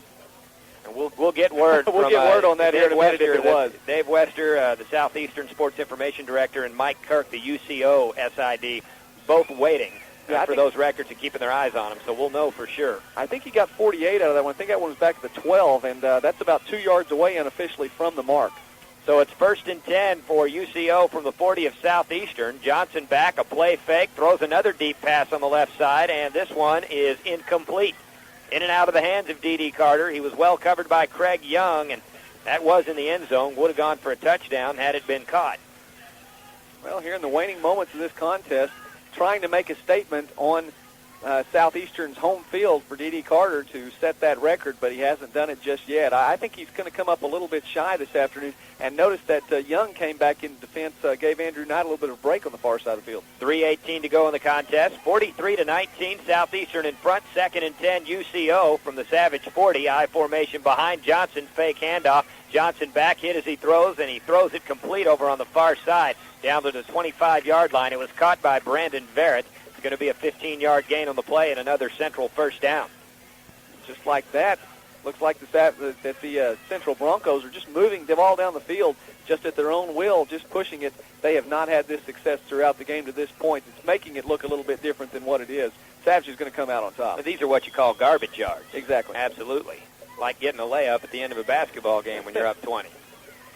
3:02 to go in the contest. 43-19, Southeastern in front. 1st and 10, UCO at the Savage 25. It's Johnson still in the game at quarterback. He drops back, and he is going to be hit in the backfield, this time by Robert Sykes. He has taken a beating today, and it looks like the ball may be loose. And it is. It's a fumble, and Southeastern recovers it. Not sure which one of them hit it first. Maybe that's Reggie Johnson. Reggie Johnson recovered it. Robert Sykes made the hit to cause the ball to jar loose, and Reggie Johnson recovered the fumble. He was winded, too. The ball apparently hit him right in the gut because he's getting up holding his stomach like he had the wind knocked out of him. That's okay. That's a small sacrifice to make. Southeastern turnover, and they get it back. He's a big boy when he lands on the ball. That's a lot of boy on that ball down there. Reggie Johnson having an incredible afternoon, and it just keeps going. He'd get my nomination for Lone Star Conference North Defensive Player of the Week. Oh. 5'11", 285. Big guy. 1st and 10, Southeastern after the turnover. The fumble recovery by Reggie Johnson. And the ball is at the Savage 25-yard line as they move from our right to our left. 2:45 to go in this one. Savages lead by 24. Beard fires a deep pass down the far sideline. Incomplete. Romar Crenshaw had his hands on it at the 30. Would have taken that one a distance. He just dropped a 75-yard touchdown pass. And, Mike, let me tell you what that is. You should have seen that one coming, that they were going to go back to Romar, because at this point in the game, throwing those deep strikes down the field to D.D. Carter, that's not to win the contest. That's D.D. Carter getting points. And what the Savages have done is throw it right back to Crenshaw and say, listen, if you guys can do it, we can do it too, trying to get the ball in Crenshaw's hands. Right. Nothing wrong with trying to get a school or a conference or an NCAA record for one of your players. Absolutely not. Now there's a whistle down on the field. We need a reset of the play clock, it looks like. It was showing 0, and they didn't. Now they've got it running again. 2:37 to go in the contest. 43-19, Southeastern in front. Savages have it 2nd and 10 at the 25-yard line on their own end of the field. Anderson, the lone setback. Beard drops and hands off to Anderson. Looks for running room up the middle. Doesn't find any. He is dropped abruptly by the linebacker Jason DeBay of Central Oklahoma. Yeah, I think he's going to wind up losing one on that, Mike, also. Drop behind the line. Ball's back at the 24-yard line, so it brings up a 3rd and 11, but the clock continues to run. 2:19 is what it shows, and they'll wind it. Well, until now, when Central took a timeout. So it's timeout UCO. We're going to keep it right here during the break, talk about the implications of this one a little bit.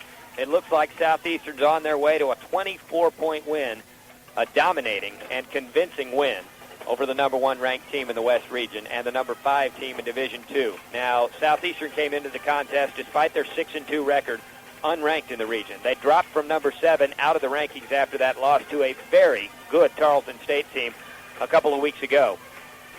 Can the Savages vault back high enough into that rankings with so little time left in the season after a convincing win like this? They're going to be 7-2, and this was just a thorough tail kicking, as we said earlier. Southeastern completely dominated the line of scrimmage on both sides of the football.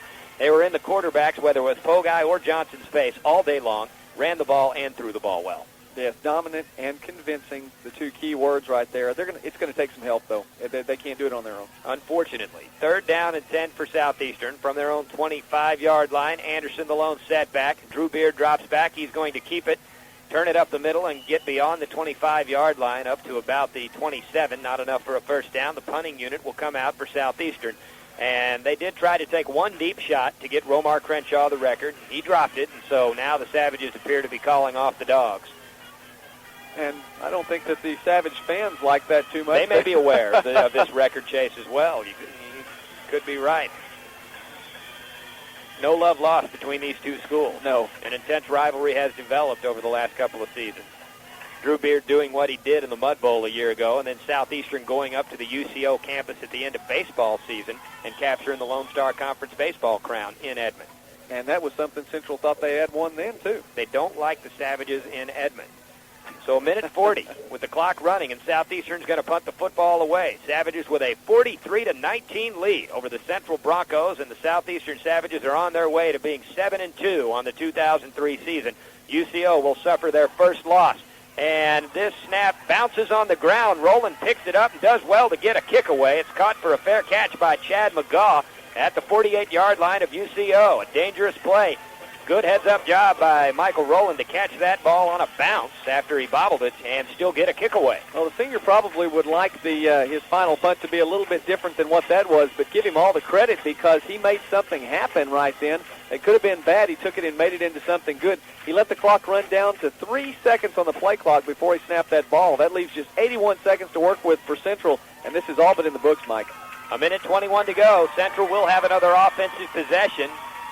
And it'll be 1st and 10 for the Broncos at their own 47-yard line. 3 wideouts on the near side, and Johnson under center. He'll drop back and throw one incomplete over in the far flat. The pass was intended for the backup wideout, Andrew John, and it just hit him in the stomach and bounced back to the grass. That's not the first time we've seen a Central receiver do that this afternoon, Mike. I guess it's pretty unfortunate for them, but notice D.D. Carter is still in the game.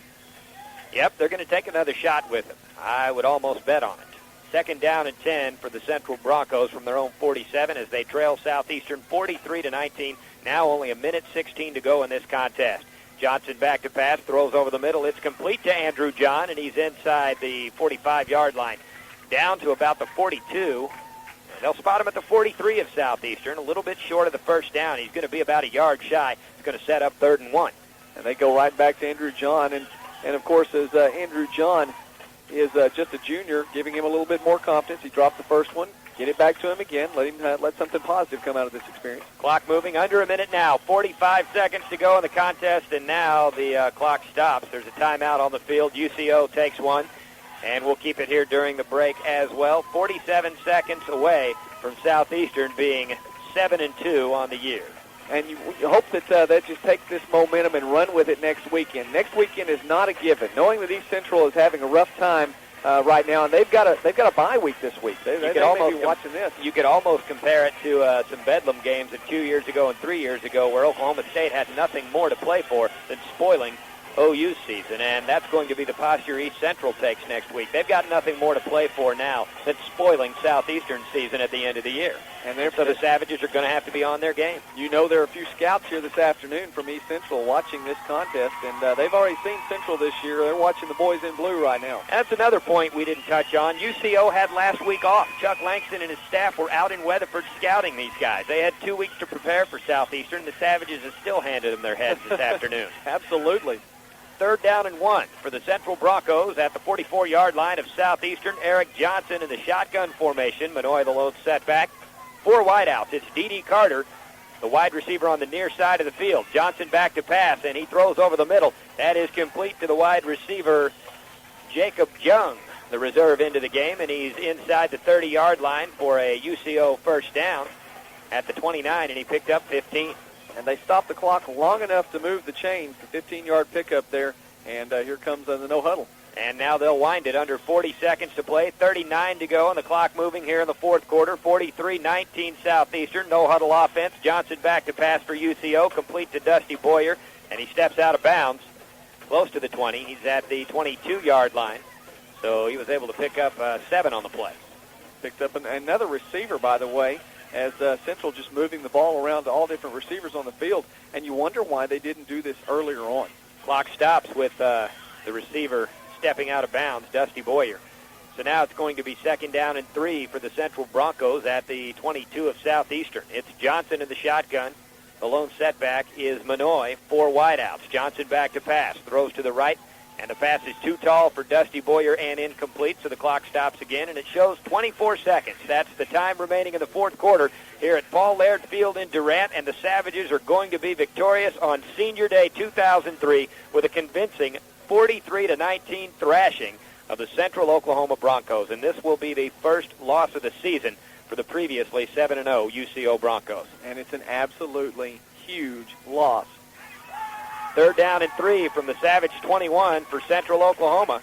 Derrick Johnson in the shotgun, drops back to pass, surveys the field, fires one over the middle, complete to D.D. Carter, and he's in untouched for the UCO touchdown. So some garbage points on the board for Central to make this one look a little bit better in the Daily Oklahoman as far as the box score goes. Now, when Bob Colin writes up his article, there will be an accurate reflection, I'm sure, of what a thorough tail-kicking this game was. And Mr. Colin is here in Durant this afternoon. So there'll watching be no this mistake. contest. Right. There'll be no mistake as we saw the box score of what happened. He knows it was dominating. By the way, D.D. Carter just set the record with that reception, touchdown reception also. So congratulations to him. If you're a Savage fan, you take the win, though, absolutely. Extra point is good. And with only 16 seconds to go, it is now a 43-26 contest. Southeastern in front by 17. But they are on their way to a win. We're going to take a 60-second break and come back for the final seconds. You're listening to Savage Football on KSEO. For a friendly, courteous professional service, contact Larry Wills, your Farmers Insurance Group agent right here in Durant. Larry Wills can take care of all your insurance needs, including life, home, auto, commercial, boat, as well as farm and ranch coverage. Discounts available for non-smokers, good drivers, and two-car families. That's Farmers Insurance, 323 West Evergreen. Call 924-3898. Do you suffer from recurrent back pain, painful knee or shoulder interfering with your weekend warrior games? Has your doctor recommended physical therapy? The Physical Therapy Center at MCSO welcomes referrals for back pain, joint injuries, post-operative rehab, strokes, and aquatic therapy. Call the Physical Therapy Center in the Durant Medical Complex, 920-8099. Medical Center Pharmacy is Health Mart Pharmacy's Regional Pharmacy of the Year. That's a trophy you win because you have the most up-to-date technology, most dependable employees, and leadership that provides the very best products at a reasonable price with fast, efficient service. Medical Center Pharmacy, a winning team at 1022 Radio Road, or call 924-7425. And welcome back to Paul Laird Field in Durant. Southeastern just seconds away from going 7-2 on the season and dropping the previously unbeaten UCO Broncos to 7-1. 16 seconds left on the fourth quarter clock, and it's Southeastern 43, Central Oklahoma 26. And this is an onside kick attempt, and it was touched before it went the requisite 10 yards. UCO acts like they have the football. Well, they went 10 yards. They were able to block the Savages off the ball, but I agree with you. I think that Hagelin himself touched it. It was touched before it went the 10 yards. They're not going to get it back. No, they're not. Mike, the cloud cover from the west has suddenly moved in, and it looks like a dark field here at just a little bit after 5 o'clock this afternoon, but it's got to be even darker in Edmond, Oklahoma right now because the Savages have absolutely whipped them this afternoon. Well, that, and despite the fact that, it was 82 degrees out here today, it is early November. It gets late earlier, as Yogi Berra used to say. Yeah, it's nice to throw in a Yogi Berra quote every now and again. Every now and then. It took me 9 weeks to get one in, so it's about time. 14 seconds to go in this contest. 43-26 the score. Southeastern up by 17 over the Central Oklahoma Broncos. And Southeastern will just run out the clock here. They'll have it 1st and 10 from the 35-yard line of Central. The Savages about to improve to 7-2 on the year. UCO about to drop to 7-1. A convincing win and thorough domination on the part of the Savages. They'll take an E, and the clock will wind down. And now the clock stopped for some reason. No, it's winding. Yep. It looked like they were going to stop it momentarily. It was a muff snap. They were checking possession. And so the clock winds down, and that's it, folks. Your Southeastern Savages improved to 7-2 with a 43-26 win over the UCO Broncos. Central Oklahoma, the number 1 ranked team in NCAA Division II's West Region, handed their first defeat of the season in convincing fashion here at Paul Laird Field. Joey, this is a darn good Southeastern football team. It'd be a shame if they were denied postseason play. It may all come back to that season opening loss at Ouachita Baptist when we look back at it. That would just be so unfortunate if it did, Mike. But the words that you used earlier on about this win, dominating and convincing. Convincing in the fact that they have made a statement that they are as good as just about anybody team, not only in the Lone Star Conference but in the West Region. And it has been totally dominating. It's not a 17-point win. I mean, it is a 17-point win, but it was definitely more than 17 points. It wasn't even that close. Exactly. Stick around, folks. We're going to have the post-game show for you in a few minutes. We'll talk to the head coach of the Savages, Keith Baxter, as we expect him to join us up in the booth, and we'll take a look at the final numbers. We're going to take you to a quick break right now. Your final score, again, 43-26 Southeastern over Central Oklahoma. You're listening to Savage Football on KSEO.